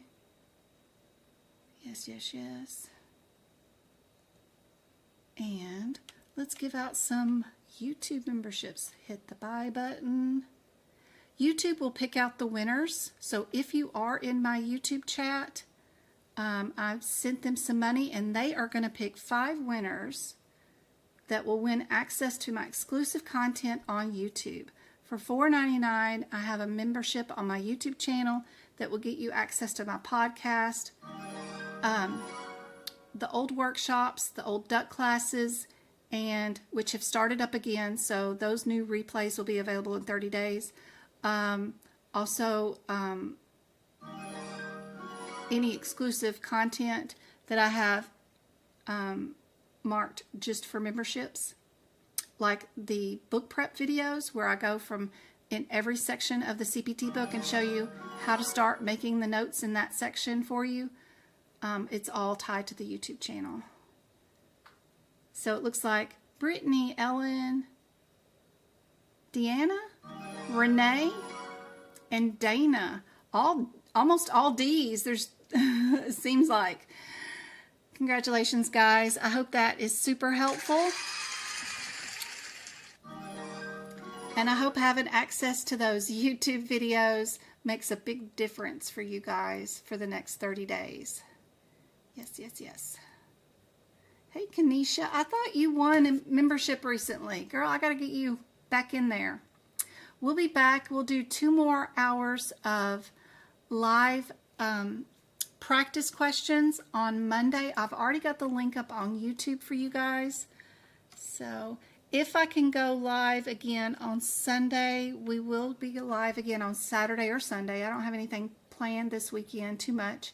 I might go scootering with the boys. I need to get out and walk more, exercise more. I cannot walk just to the bathroom without my pulse racing like crazy. So I've been sitting at this desk too much. So I've got to get out and exercise a little bit more. So I need to do something this weekend. It was really pretty.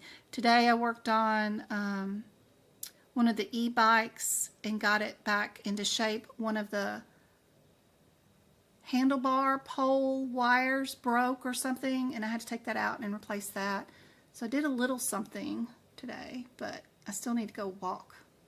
I just sit at this desk all too long. Inferior. Everybody got this one? Which of the following is not a surface of the urinary bladder? Is it posterior, anterior, superior, or inferior? It is D, inferior. Maybe we should do TikTok walks together so that we all exercise together. A combination form of that means stone. Which one of these means stone?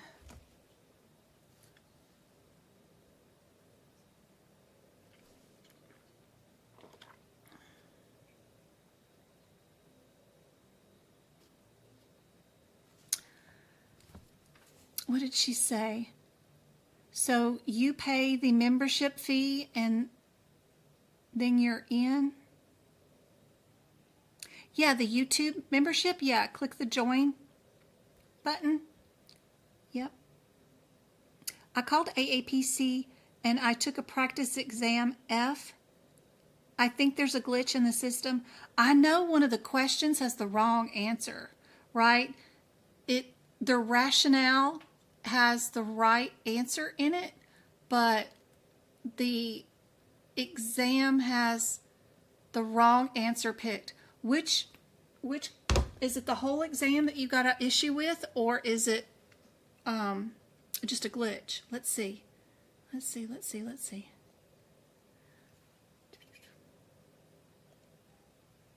Where am I at?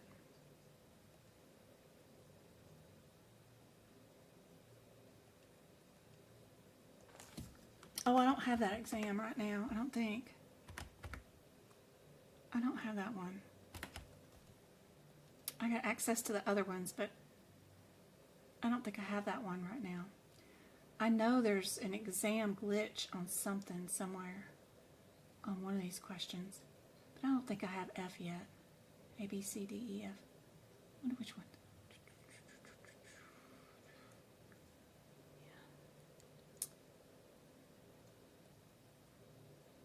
Yeah, I let my access to those expire in May. So I don't think I have those right now. Because they're just the same questions over and over again. I get tired of seeing them. I've been purchasing some since 2019. And it's like, you know, I've seen those questions 1,000 times. But yeah, I've purchased those like 1,000 times. And I get tired of buying them. But I bought everything under the sun from them, including all those exams, all those courses. Lord, you should see all the courses. I got all those courses I've purchased from them. That's a lot of crap. Anyway, I was going to run it, but I don't have access to that particular exam right now. Sorry. Or I'd try to see what the issue is right now. But that's Mel. What did she say? Yes, ma'am. So it must be, it was 2 questions. I don't doubt it.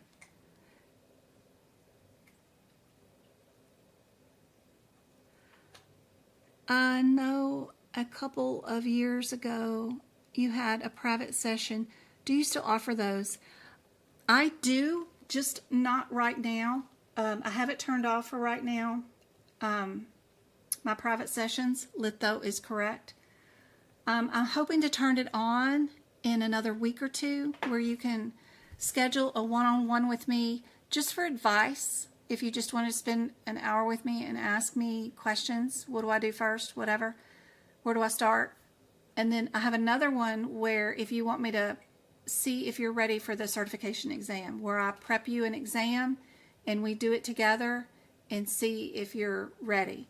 I just have it turned off right now because I had to catch up with everybody. And I have a couple of people that have taken the certification exam multiple times, and it's breaking my heart, and they haven't passed it. And to pay another $500 for another attempt is devastating. So I'm doing some duck classes right now with a group of people on Thursdays, and that cuts down my time for doing one-on-ones because I do my free live lessons here with you guys Monday, Wednesdays, and Fridays. So now I got Thursday taken up with my duckies, and then so I got Tuesdays and Saturdays really free for tutoring. But right now I'm trying to get this course set up and training, and I haven't done my taxes yet. I got to do my taxes. I got stuff to finish, so I'm still trying to catch up on life too. So I need a week or two to catch up on life. I got to do some sort of LLC, something or another. They've held up some sort of thing I got to fill out. I got to figure that out too. Some sort of, I don't know. There's other things I got to do too. Like the government wants to know who owns everybody's LLC, which why wouldn't they know that anyway when you file with your state, your LLC? I don't know. But now the federal government wants to know it. So there's some sort of thing. I got to go pay for that and go do that. And then I got to go pay for my taxes for 2024. I haven't done that yet either. And I got like 4 weeks left. So I need to finish that.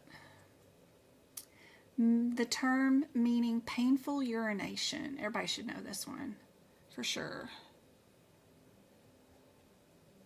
Dysuria. What about is the combining form of scat? Anybody know this one? This one was new. I haven't seen this question. But I will turn it back on. It is available when it is available on my website at medicalcodingbyjen.com. I have a tutoring tab that you click on. When you click on that tab, there's nothing there right now, so I will hopefully get that going back up soon. I just need to get caught up on life.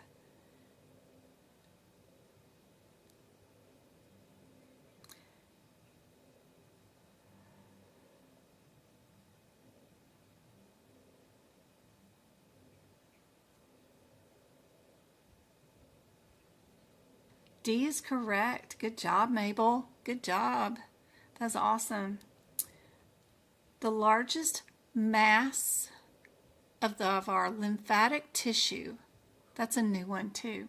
What is the largest single mass of our lymphatic tissue?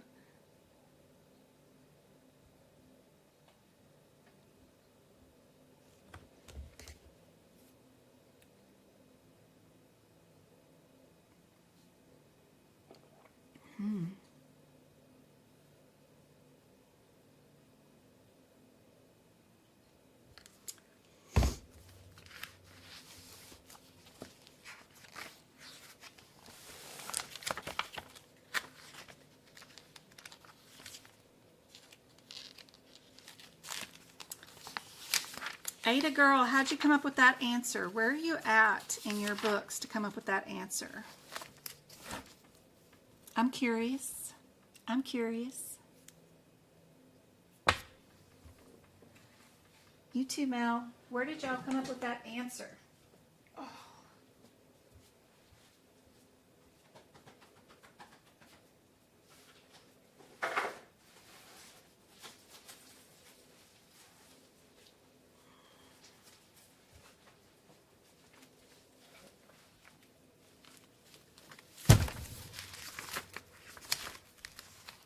No, it's not this one.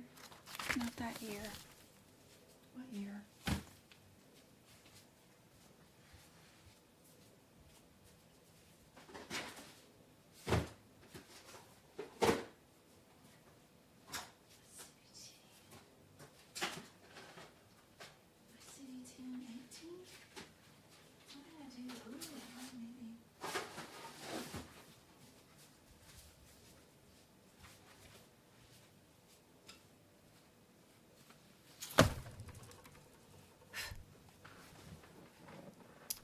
I remembered it from my exam. No way. It was on your exam?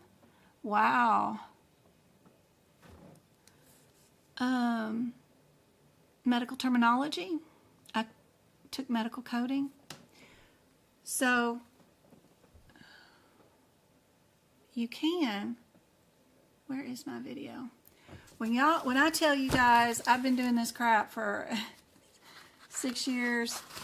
In my notes from 2018, when I was taking my CPC the first time, you know, like without you guys, I wasn't doing anything. I was just doing this for myself because our audits in 2019 had canceled due to COVID. So I was bored at work, and they've always been pushing the whole departments and all of administration to get their CPC for some unknown reason, and I didn't need it as my job title. But I thought, well, I'll devote some time to just pass this exam. And so I had at work a 2018 book, so I used it for my 2019 certification exam because it's what I had. But you can see that I went through and I wrote down anything that I might not understand or know, like the RB, RVS, any of the outpatient prospective payment systems, what does OPPS mean, you know, that kind of stuff. BBRA, Balanced Budget Refinement Act, all that kind of stuff. I never knew what they were going to ask, so if I didn't know it, I wrote it down. But I did a lot of anatomy stuff, I think, in here. Maybe. Let's see. Is it this one too? But we have our anatomy section here for our lymphatic system in our ICD-10 book, which is super helpful to think about which one of these is your biggest, right? That we have listed here. And most everything is either just a line or a little bitty thing, but what is our biggest organ, right? Or group of something or another, right? Where is, oh, I have these books. Been doing these notes and stuff forever. It's crazy.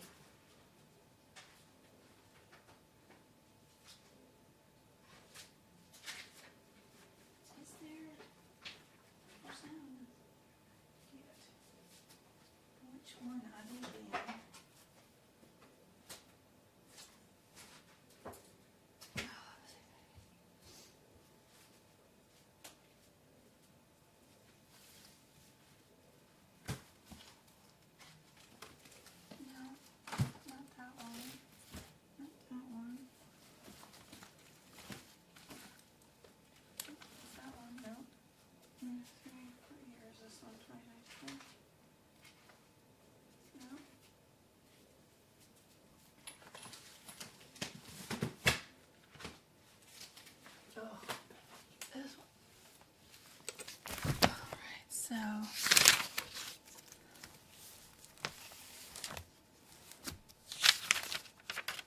here we go. Our endocrine. Any kind of notes that I could think of to write in this area was super helpful during the exam. I thought it also helped with memorization of things. Oh yeah, I wrote a note about that. What are the structures of this particular endocrine system, right? The kidneys, testes, ovaries, that kind of stuff. Just having it all organized and in a particular area where you can find it is super helpful. I still have these notes available, which is too funny. But I've done them over and over and over again, year after year. And the pictures don't change very much, but it's just nice to have the extra info in there. But it does certainly take a lot of time to redo. Obviously, I haven't done it for 2024 and 2025, but I still like to look at my old notes and think, oh man, that was cool to have during the exam for sure. This one, which one is the largest mass of lymphatic tissue. You wouldn't think that they're talking about an organ, right? But they are. It is the spleen. Isn't that funny? What term is used to describe renal failure that is acute? That's a good question right there. That's a cool question.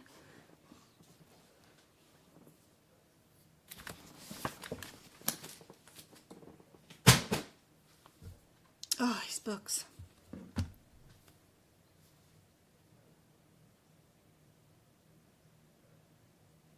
No, Mel, I haven't looked at the emails yet. I still have emails from Monday of this week to go through. But like I said, I've got free time Saturday and Sunday. I don't have anything planned except for maybe getting out and getting some sunshine at some point. I need to walk. I need to do something to lower this blood pressure and pulse of mine. But I will get to everybody's emails as soon as I can. Yes, yes, yes. Which one of these is for renal failure that is acute? It is A. Good job. Which of the following is not a type of acute renal failure?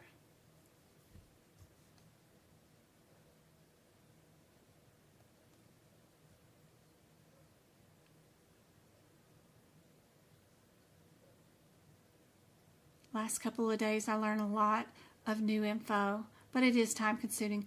I used to like to sit in front of the TV or whatever I was watching with the boys, and I would Google on my phone, you know, the anatomy picture and then its function, and then go to images and find images with a little bit of tiny writing. I don't need a whole book on the anatomy of the urology. I just need a picture giving me the functions quickly in a picture, right?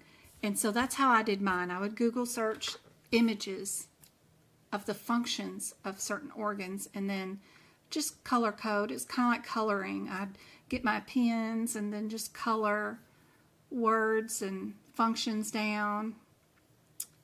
Didn't have to do a lot of thinking with it. It was kind of therapeutic. Who is that? Alice donated $1.99 through Super Chat. Thank you for all you do, Jen. Aw, thank you, Armis. You're so great. Thank you for supporting the stream. That's awesome. Thank you so much. It goes right back to you guys to giving out free YouTube memberships. Appreciate it. And if we get 4 more, I will go live again on Sunday for 2 hours. This one is C. Interrenal is not. The loss of the nephron function in end-stage renal disease is what? 60%, 70%, 80, or 90?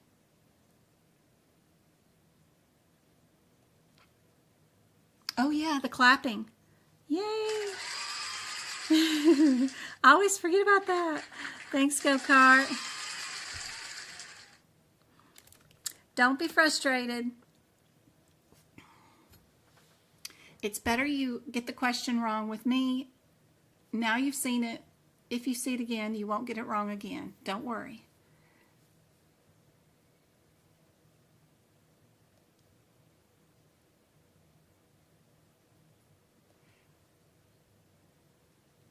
Thanks, Twinkle.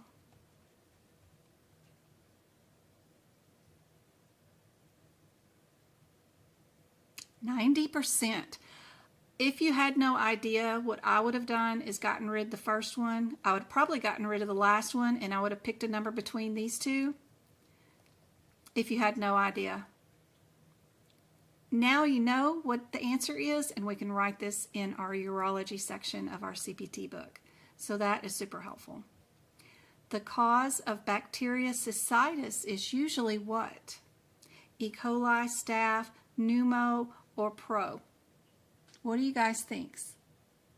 You have the CKD? Aw. I tend to not retain anything. Well, you don't need to retain anything. You just need to move it to the books so that it is there the next time you see the question. So you never have to remember anything with AAPC CPC. I do kind of want you to know your headers of your E&M section down to the pediatric critical care codes, but if you can't memorize anything, then don't worry about it. You just got to get fast at turning pages in these books. And we can work with manual speed with your hands, as long as we get everything written and in the books that you need. And be sure and have it to where you can find it, organized where you know where the answers is.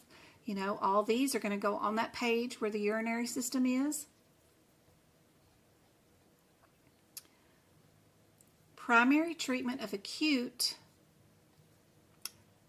nephritis, polynephritis.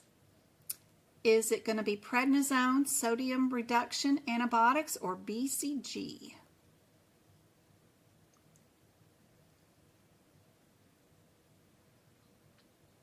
Now, why a coder would need to know this?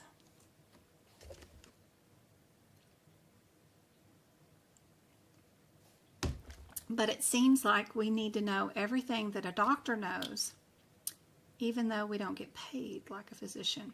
Although you can end up making more than a physician if you end up in like an auditor position, in administration, like I did. I was making 6 figures, but you know, you can also stack jobs on top of each other and get 2 that are $60,000, $65,000 a year and do them both at the same time remotely from home, and then now you're making, you know, 6 figures, as much as a physician. We can play the game. Do that for 5 years, squirrel all the income into a Roth IRA, and then retire for the rest of your life. Go abroad. Go sit on a beach with your toes in the sand in Thailand and have people bring Mai Tais to you for the rest of your life. Go live with your mom and dad for 5 years and just squirrel both those incomes into a Roth Fidelity account that is totally free. Buy their free stocks, the ones that are no points, that are the group ones that have like, they buy a lot of stocks in like 500 of the top 100 companies of America, and that's the one stock you buy, right? It's a group stock, but it has no points in it, so that when you cash it out, they don't charge you any fidelity fees to get it out when you do retire. That's how you play the game. Go live with mom and dad. Stack those $100,000 incomes into a Roth and then do it for 5 years and then quit. Here you go. Antibiotics. Anything with an ITIS infection, you need some antibiotics. What does APSGN stand for? Are we advanced or are we acute? They all end in the same word at the end.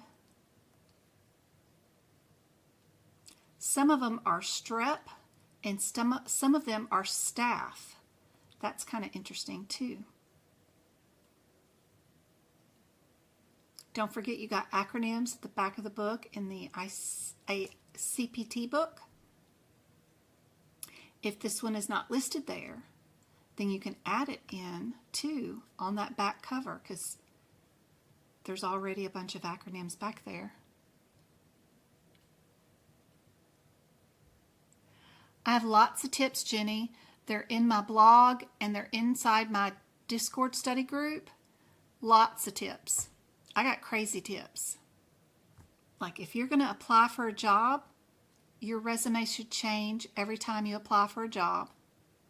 It should be a mirror image of what they're looking for with a creative flair of what experience you've got matching that. Even if you've only worked at McDonald's, you can find a way to match their criteria to what they're looking for. Also, if the job that you want is working at the VA, working remote from home so you can get a pension and a retirement fund because it's a federal job, then go find one you want, and whatever that listing says that they're looking for, then you need to make sure you have experience in it. Even if you can't find a job right away doing it. Meaning, like, if they want somebody using Epic, right? It's an EHR system. Well, what I would do, which is crazy, and most people don't think this way, is I would contact the sales team at Epic, the EHR company.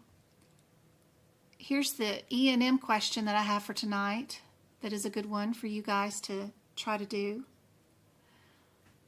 And I would tell the Epic team that you are working for a company that has hired you to do a presentation on their system to the administration for their system and another system, a competitor. Do they have any educational material that they would like to, or promotional material they would like to pass on to your bosses? They will spin their wheels. They'll probably end up giving you access to the site, letting you play around in it. You know, you'll get tons of PDFs about how to use their system, whatever.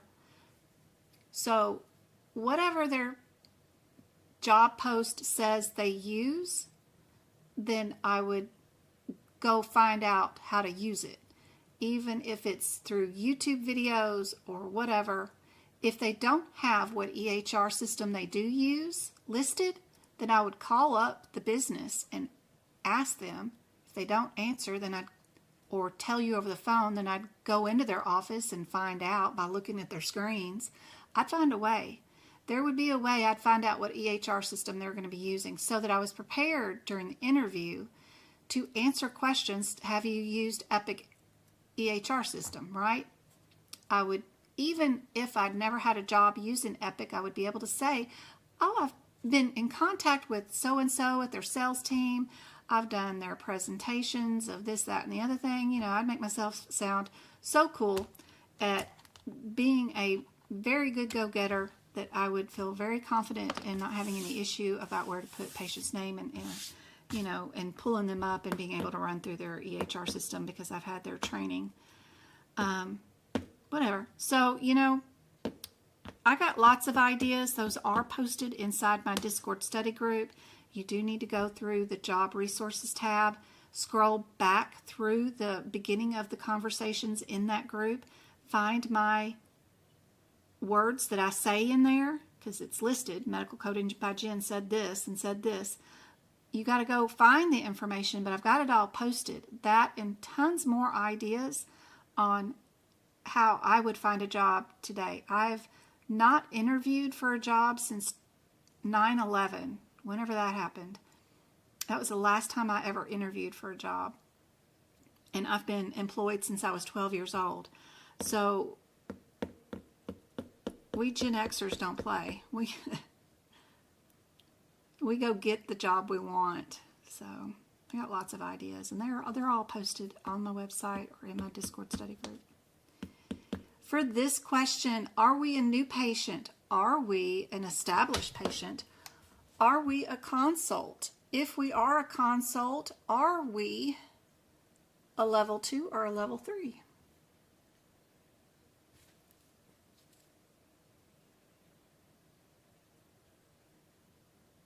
Seeing your medical conditions on the screen. Aw.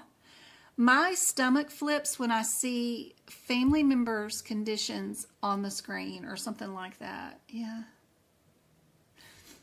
I've had my tonsils and adenoids taken out. I've had the gallbladder taken out. I don't cringe at those kind of things. But if I see things that I know have been done to like my kids or my mom or dad, I cringe at those. The total hip replacement for my mom, cringe. Even though she had the best outcome ever, she was walking on it the day after and hadn't had any issues since. Loves it. Some people come out of there with, their legs different lengths, and then they die within a year of having it done. And she had the best outcome, but I can't handle it when it was somebody else. When it's me, it don't matter.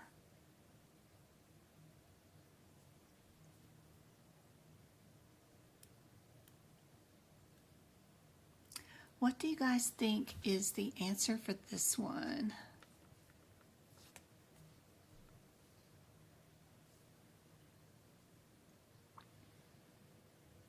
So what is our guideline? You hate power chart. You love Epic. Epic's okay. I wish we had, I did OB and delivery for a long time, so their screen for OB and delivery, man, if they let me create just a screen for that, that would be great. I hate having to click on things to find things. We need flow, more creative flow. Like if we wanted to create our main screen for patients to be in a different flow for different specialties, that would be nice. Anyway,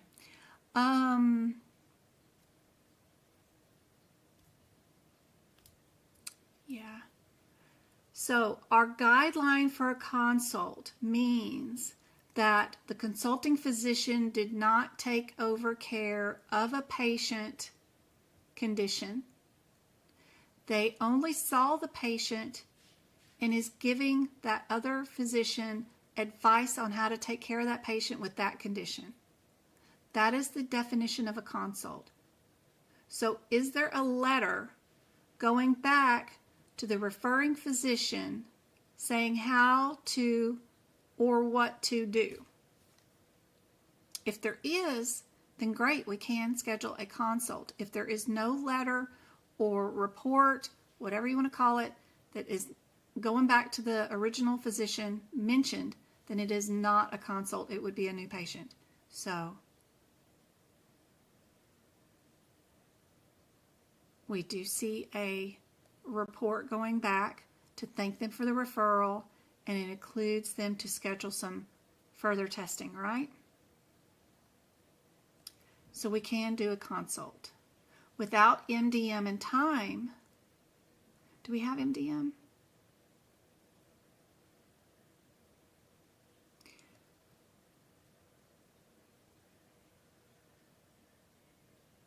We don't have MDM or time.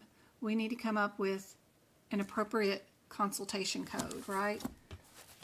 42 versus a 43.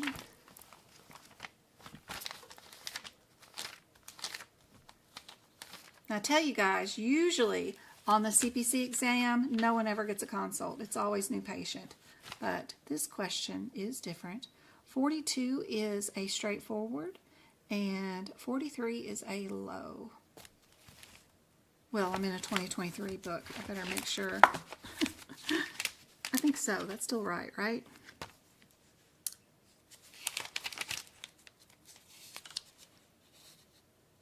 Yeah, still right. 20 minutes and 30 minutes.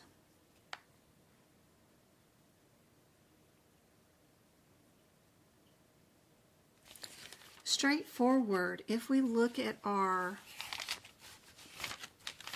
page 8 and 9, a straightforward is a self-limited minor problem. Is that what this patient has?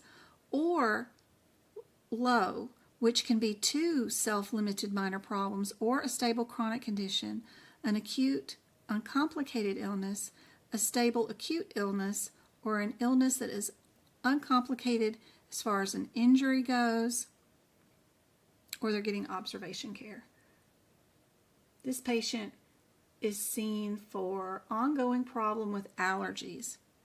Is that a self-limited minor problem, or would that be defined as more of a stable or acute uncomplicated illness, injury, or a chronic condition? What would you put for our problem list.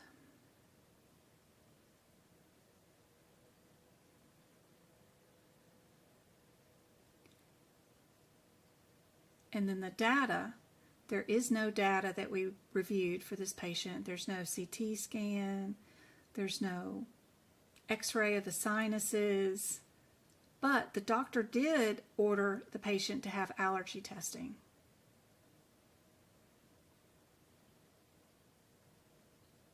So we can give them like limited, which is still under the low area, right, for our data.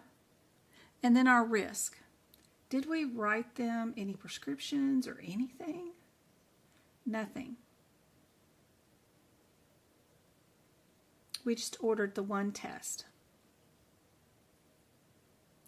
Diagnostic testing can be either straightforward or low. If we look at our chart on page 9, the diagnostic testing is in both minimal and low. But we already have two that are in the low or limited area, which is our problem list and our data.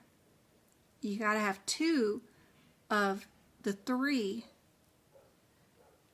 components of MDM to match in order to bill it. Anyway, this one is our low. Many of you guys got it. They're saying that the problem list is moderate because it's an exacerbated chronic condition. Instead of it being a stable chronic condition, which is low, we should have moved up to a moderate, which is one chronic exacerbated. Exacerbated enough to where you got a referral to a allergy specialist. The amount of data is the one. I did get that for, I moved it up to limited. They kept it at minimal because it's just one.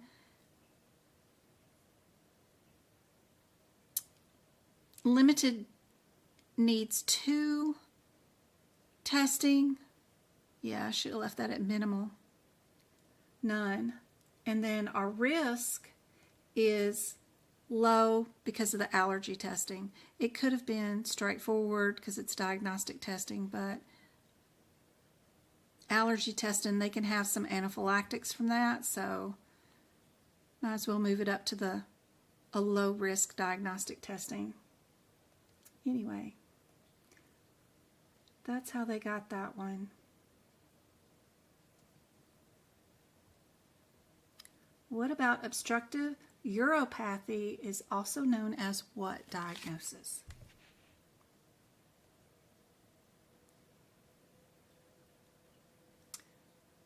What conditions would be straightforward?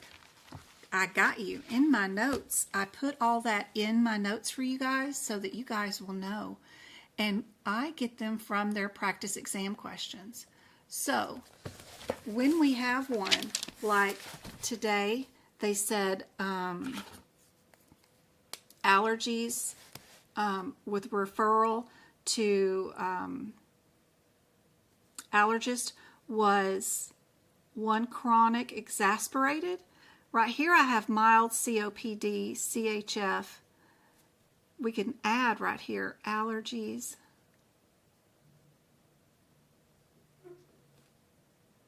With referral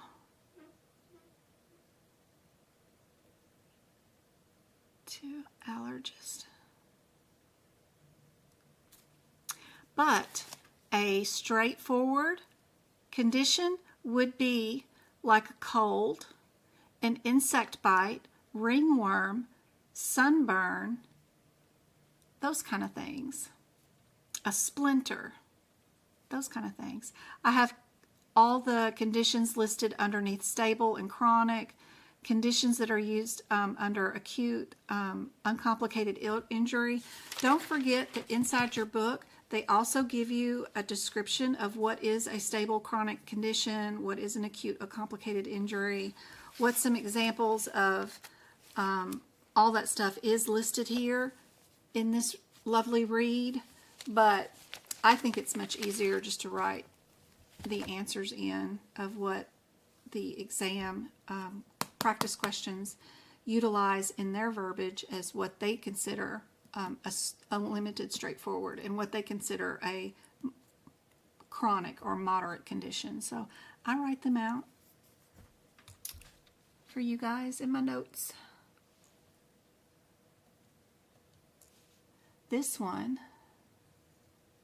I hope that helps.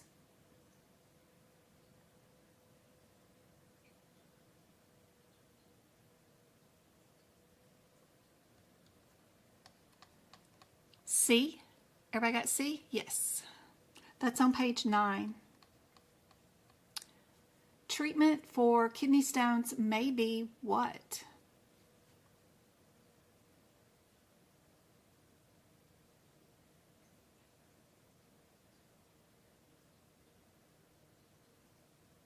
Thank you for almost 10,000 taps on TikTok. Wow. Thank you guys. I know I missed everybody's gifts. I do follow everybody. If you've been on the live for the whole 2 hours, if you've gifted anything, I do follow you guys after the live ends. So don't be surprised. I love seeing your guys' TikToks.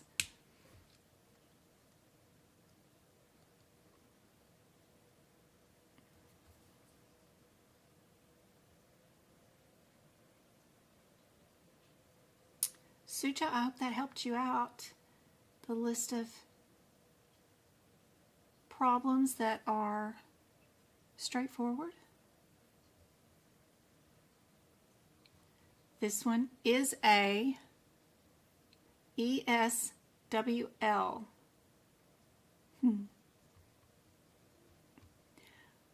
This is not a part of the small intestines. Which one is not part of the small intestines? Ooh, this phone is like barely looking at anything.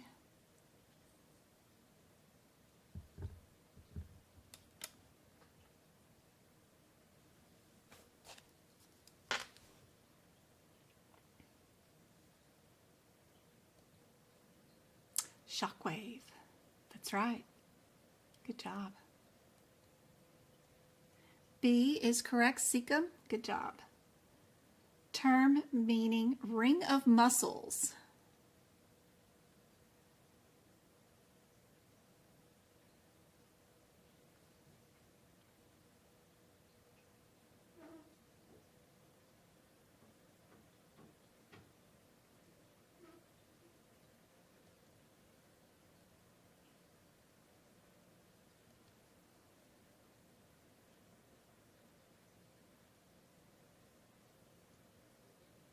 Ring of muscles. Indeed, perfect. Good job. Everybody got D with that one. And the throat is also known as the what?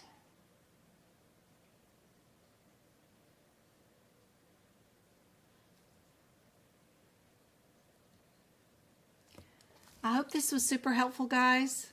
I'll be back live on Monday at 6:30. We'll do 2 more hours. And if I can manage some more lives while I'm working on some stuff this weekend, I will be back. Be sure to follow and change your little bell notifications on both YouTube and TikTok to alert you always, because they default to some default thingy that it'll only alert you when I go live sometimes. But you have to go in there and manually change it to always so that when I do go live, you'll have access to watch the live. I hope this was helpful, guys. I hope you'll have a great weekend. Don't forget to check out the resources tab. It'll tell you step by step on how to start your notes in all your books. There's even videos there of how to do the book prep. So check it out. My site is not going to, spam you a ton of times. It is super helpful. It's just there to hold a bunch of information for you guys. And this one I've seen on the exam before is your pharynx. Everybody got D for this one? I know I got to get to my emails.